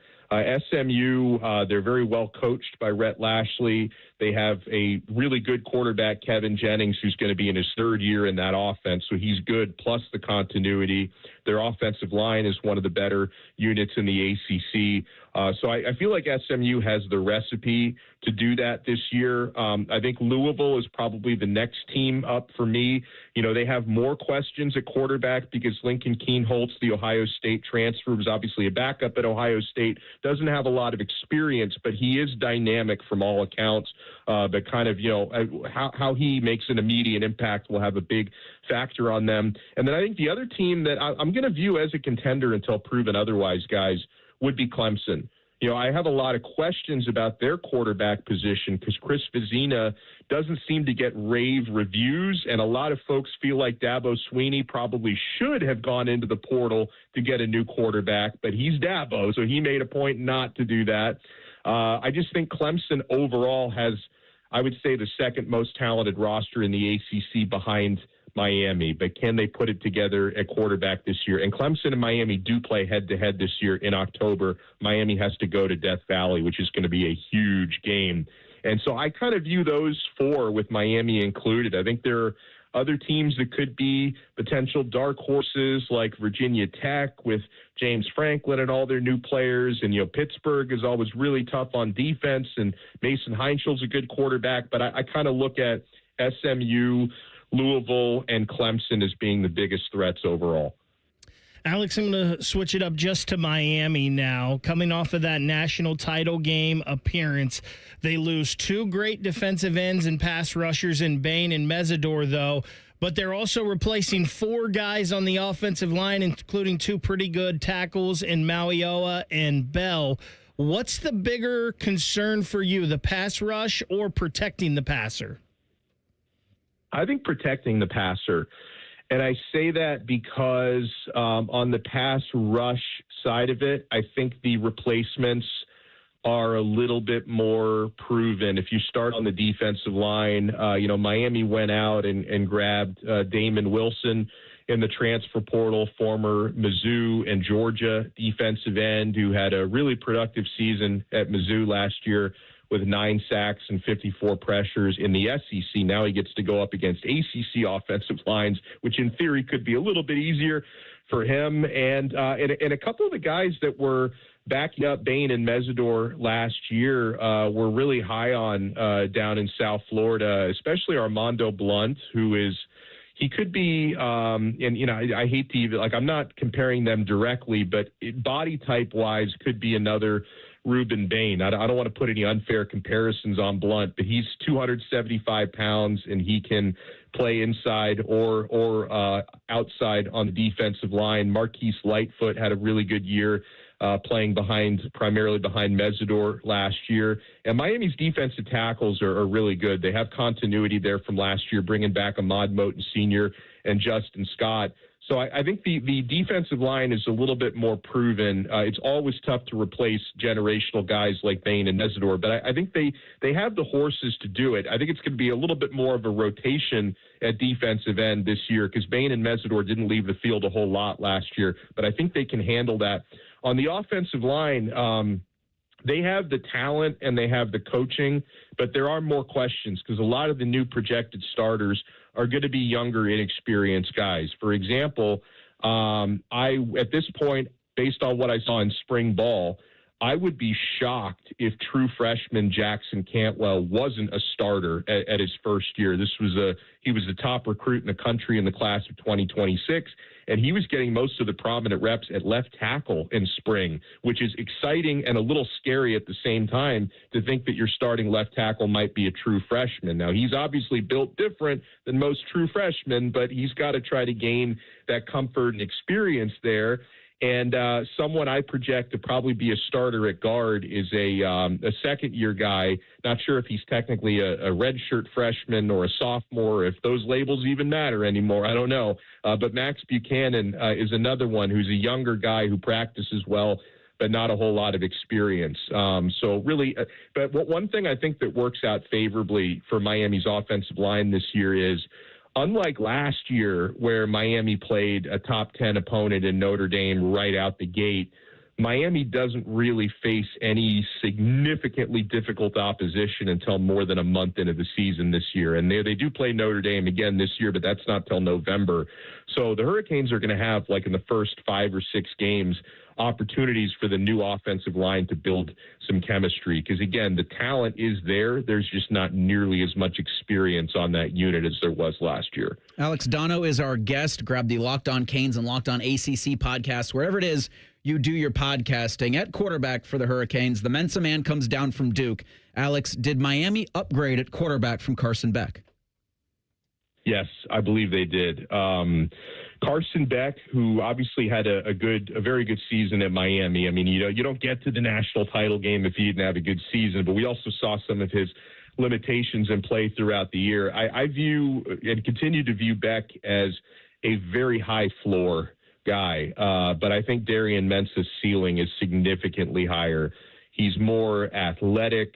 He's more bold at taking shots down the field. Mensah at Duke last year attempted more deep balls of 20 or more yards than any other quarterback in the country. And while doing that, he only threw 6 interceptions all year to 34 touchdowns, which I think played very favorably for him. I think Mensah gives you just more options to run more RPO. I was watching Mensah throughout spring ball at Miami. He goes through his progressions well. He obviously loves to attack down the field, but he's not shy about taking checkdowns if necessary. I just think Mensah has significantly more upside than Carson Beck. Now, maybe the floor could be a little lower while the ceiling is significantly higher. But I think Miami almost definitely upgraded at quarterback. Alex, I said this earlier in the program, but in a season where Indiana was your conference and national championship, the follow-up season, I guess anything can happen. So we look forward to the fun in the fall. Thanks so much for giving us some of your time this morning, bud. Thank you. I can't wait for college football season. I love talking about it with you guys. Thank you for having me. And again, there's Alex Donno. He runs the Locked On Canes and the Locked On ACC podcasts. Grab those wherever it is you do your podcast. He joins us courtesy the Bryant Heating and Cooling Systems fan guest hotline. The Kansas City Chiefs have an announcement, and it's disappointing to say the least. We'll get that next. It's Bishop and Friends on the Fan. Unlike your deadbeat uncle, we'll never leave you stranded in a ditch when you were 6. This promo may have been a touch too specific. The Fan. Amazon Business. With smart business buying, innovative AI tools optimize your purchasing experience, paired with delivery options built for business. Learn more at amazonbusiness.com. Hey, it's Anthony here for the Good Feet store. Years ago, I told you about how my feet ached, just general fatigue. But man, I've been feeling good with my personally fit arch supports. There's no doubt they've helped me. They've stabilized my feet. I always feel supported and my body feels aligned. They're firm but flexible, and I can pop them into any pair of shoes. In fact, I'm still wearing my original arch supports. I work out with them in my shoes, ride the bike, and play golf. My arch supports from the Good Feet store changed the game for me. And the fitting I got was personalized, and it will be for you. It's really thorough. They measured my feet and arch size, and I knew right away after taking the test walk around the store, I felt the difference. Book your free personalized fitting today, and once you've been fitted and you found the supports that work best for you, you'll be able to wear your new arch support inserts home.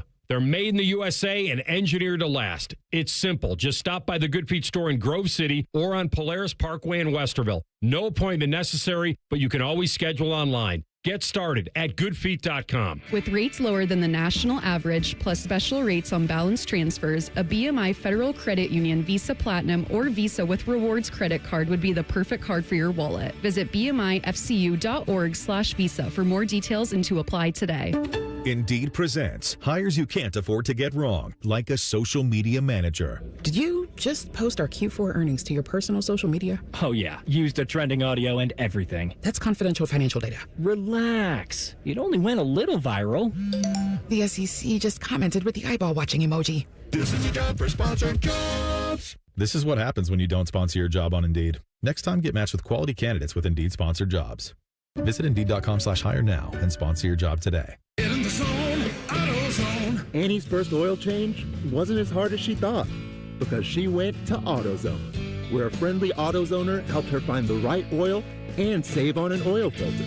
He explained the job and showed her free how-tos on AutoZone.com. When she was done, AutoZone recycled her old oil for free. Get a free oil filter and more during the Celebrate Free event at AutoZone, now through July 27th. Get in the zone, AutoZone. Restrictions apply. Something big has just dropped at Hothead Burritos. Introducing barbecue pork carnitas. Juicy, mouth-watering pork carnitas. Our limited-time new citrus chipotle barbecue sauce. Savor the summer flavor. Hothead Burritos. Get up and get you some. Factory direct is really pretty simple. The factory sells it directly to the consumer. I mean, we build it. There's nothing that anybody else does. We have stations where everybody touches the window. Everyone sees what's going on. So if there's an issue, we catch it as it's going down the line. That's probably the biggest thing, is the ability to make sure what goes out the door is what I want to go out the door. Visit Brazotti Windows and get 35% off all windows and doors by July 31st. How many of you have had your garage floor done? I'll wait for the answer. Yeah, that's enough. How many of you think it looks like crap? That's because it is crap. One quick call to Comer & Cross Concrete Floor Coatings at 1-800-NEW-FLOOR, and they can install a gleaming new Comer & Cross garage floor in one day. A Comer & Cross garage floor is the gold standard. It's like pulling into a new car showroom every night. And here's the best part. It is guaranteed your garage floor will never chip, crack, or show tire lift like epoxy or paint ever. And listen, you lazy bum, they'll even take the stuff out of the garage for you. They're all certified uniform pros. No subcontractors at Comer & Cross. This is a premier product with premier results, and they hired a premier endorser to tell you about it. For your quick and easy Comer & Cross garage floor quote, call 1-800-NEW-FLOOR now. That's 1-800-NEW-FLOOR, or go to comercross.com, C-O-M-E-R cross.com. Buckeye football fall camp is coming. Will Julian Sayin take his game to the next level? Will Matt Patricia's defense dominate again? Join us live for training camp fun starting Thursday, August 6th. Your home of the Buckeyes. The Fan. The Fan Guest Hotline is sponsored by Federal Elite Heating and Cooling and Bryant, doing whatever it takes to keep you and your home comfortable. The Fan. The uncle you never knew you had. The friends you kind of wish you didn't. This is Bishop and Friends. Yes, it is. Uncle Bo's out in Montana. Hopefully not getting thrown in the air by bison. Well, if you see those animals, avoid them. Don't be taking pictures. Don't be trying to pet them, especially. Just go the other way. Somebody told me if they were walking direction. that trail, they would have done it with a shotgun strapped to their chest. Well, I certainly couldn't put it against them, but a national park, I don't know if they let you. I don't think they would either, like but I understand that mentality. Yeah, I do too. Because it's a national park. Things are bound to happen. That video, because that kind of happened last week when I was on vacation, that was one of the craziest things you've ever seen. And you just wonder, that bison was just rolling around, enjoying, playing. What was it that he saw? Did he just see them for the first time? Or what was it that was like, well, I gotta go? The guy was wearing some nasty aftershave or something. They stood around a little too long, I think. I'm not. It's tough because that animal, when it charges at you, is probably running a 4.540. I enjoy animals, but not enough to be that close to one that's not in some sort of enclosure. Reportedly, he's doing well, though. So he's healing up. Good.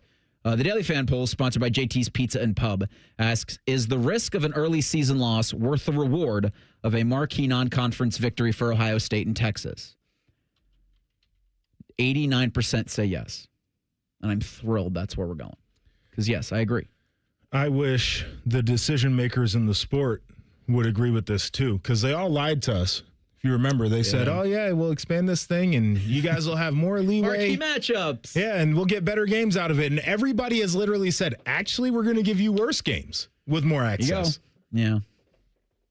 So that's flying in the face of, well, actually, that, I don't know where it is on the scale of, you get SEC coaches this week, 9 conference games, the toughest in the country, boo the Big Ten for doing Power 4 or for doing no Power 4 in your non-conference.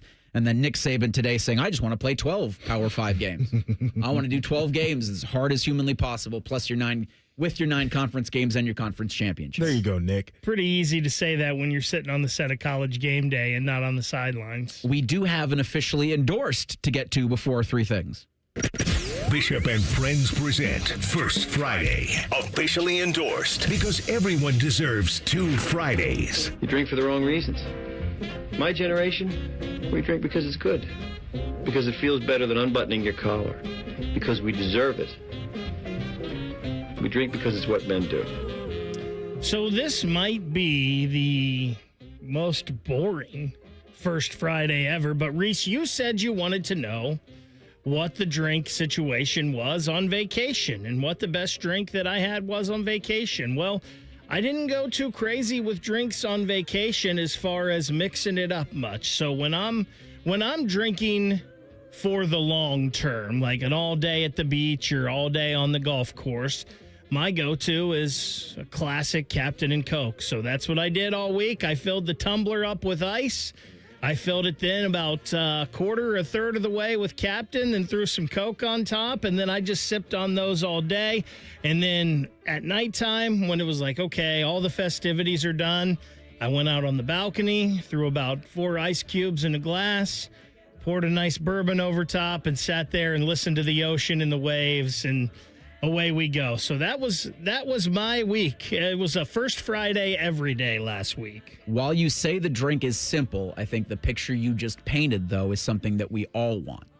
I agree. It's the ambiance. It's the surround. It's the situational beverage, and something that you enjoy. There's nothing better than the thing that you enjoy. You don't need to make it. You don't need to make it anything more than the simple ingredients that make a vacation a vacation. 1, 2, 1, 2, 3 things.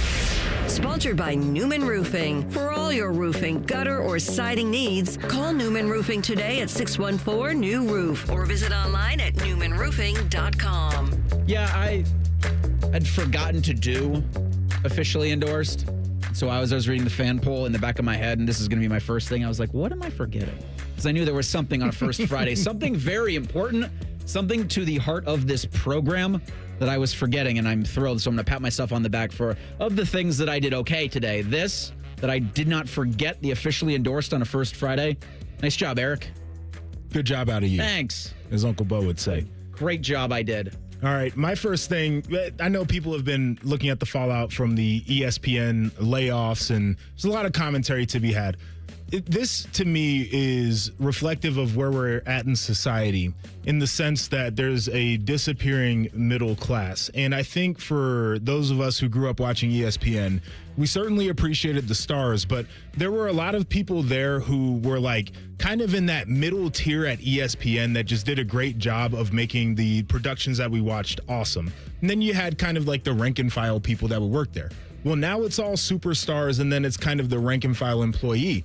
And I think it's a very disappointing thing, because a lot of people have put in a lot of work in this business just to be able to get to a kind of prominent spot at a place like that, and the opportunities are disappearing. So as we're having commentary about this, I just want to make sure it's centered on a lot of really good people who are working hard in these businesses that are seeing fewer opportunities today. My first thing, saw this today, and I am by no means a Cincinnati Bengals fan, but I saw that they are inducting James Brooks and Bob Trumpy into their Ring of Honor and their home game against the Titans on November 1st. I don't remember Bob Trumpy very much as a player at all, but I remember him from his days as doing what we do, talking on the radio on 700 WLW and all the things that he did and said on Cincinnati radio when I would be tuning into that around Reds games growing up. And probably the first running back I actually remember for the Cincinnati Bengals was James Brooks. And he was a guy that was kind of ahead of his time, maybe a little slight for a running back, but could catch the ball out of the backfield just as well as he could run. And I've heard the same thing about Trumpy, that as a tight end, he was a little ahead of his time. I feel like this is overdue for both, so good job by the Cincinnati Bengals. So second thing for me, the Kansas City Chiefs unveiled their $3 billion stadium. The plans were released by Adam Schefter, and then the Chiefs had to write up themselves. And the new renderings make it look like every other new NFL stadium outside of the one in Minneapolis. And I was a little disappointed seeing that, because it just doesn't feel like there's any creativity in it. But Joshua, in the break, you were quick to tell me that they don't care. I don't think they do. Yeah. As long as people are comfortable in buying tickets still. Yeah, don't care. We're so romantic about it as people who love college football. The NFL people don't care about that. My second thing, be careful with AI and maybe some people in your life, younger people in particular, using it. Saw a story about this woman who was going through some sort of psychosis, who was chatting with AI, and it got to a very dark place, and the AI chatbot encouraged some behaviors that led to her demise. And it's just, we've said this about technology from its inception, really, but just be very careful about how people in your lives who might be unknowing or naive are utilizing technology. Second thing for me, and Reese, you brought this up in one of your updates earlier about only 4 pitchers, I think, in baseball have 12 wins, and one of them is Chase Burns. So sitting there watching a little bit of that game last night and watching Chase Burns pitch, it reminded me that the Reds signed him to a contract extension last week.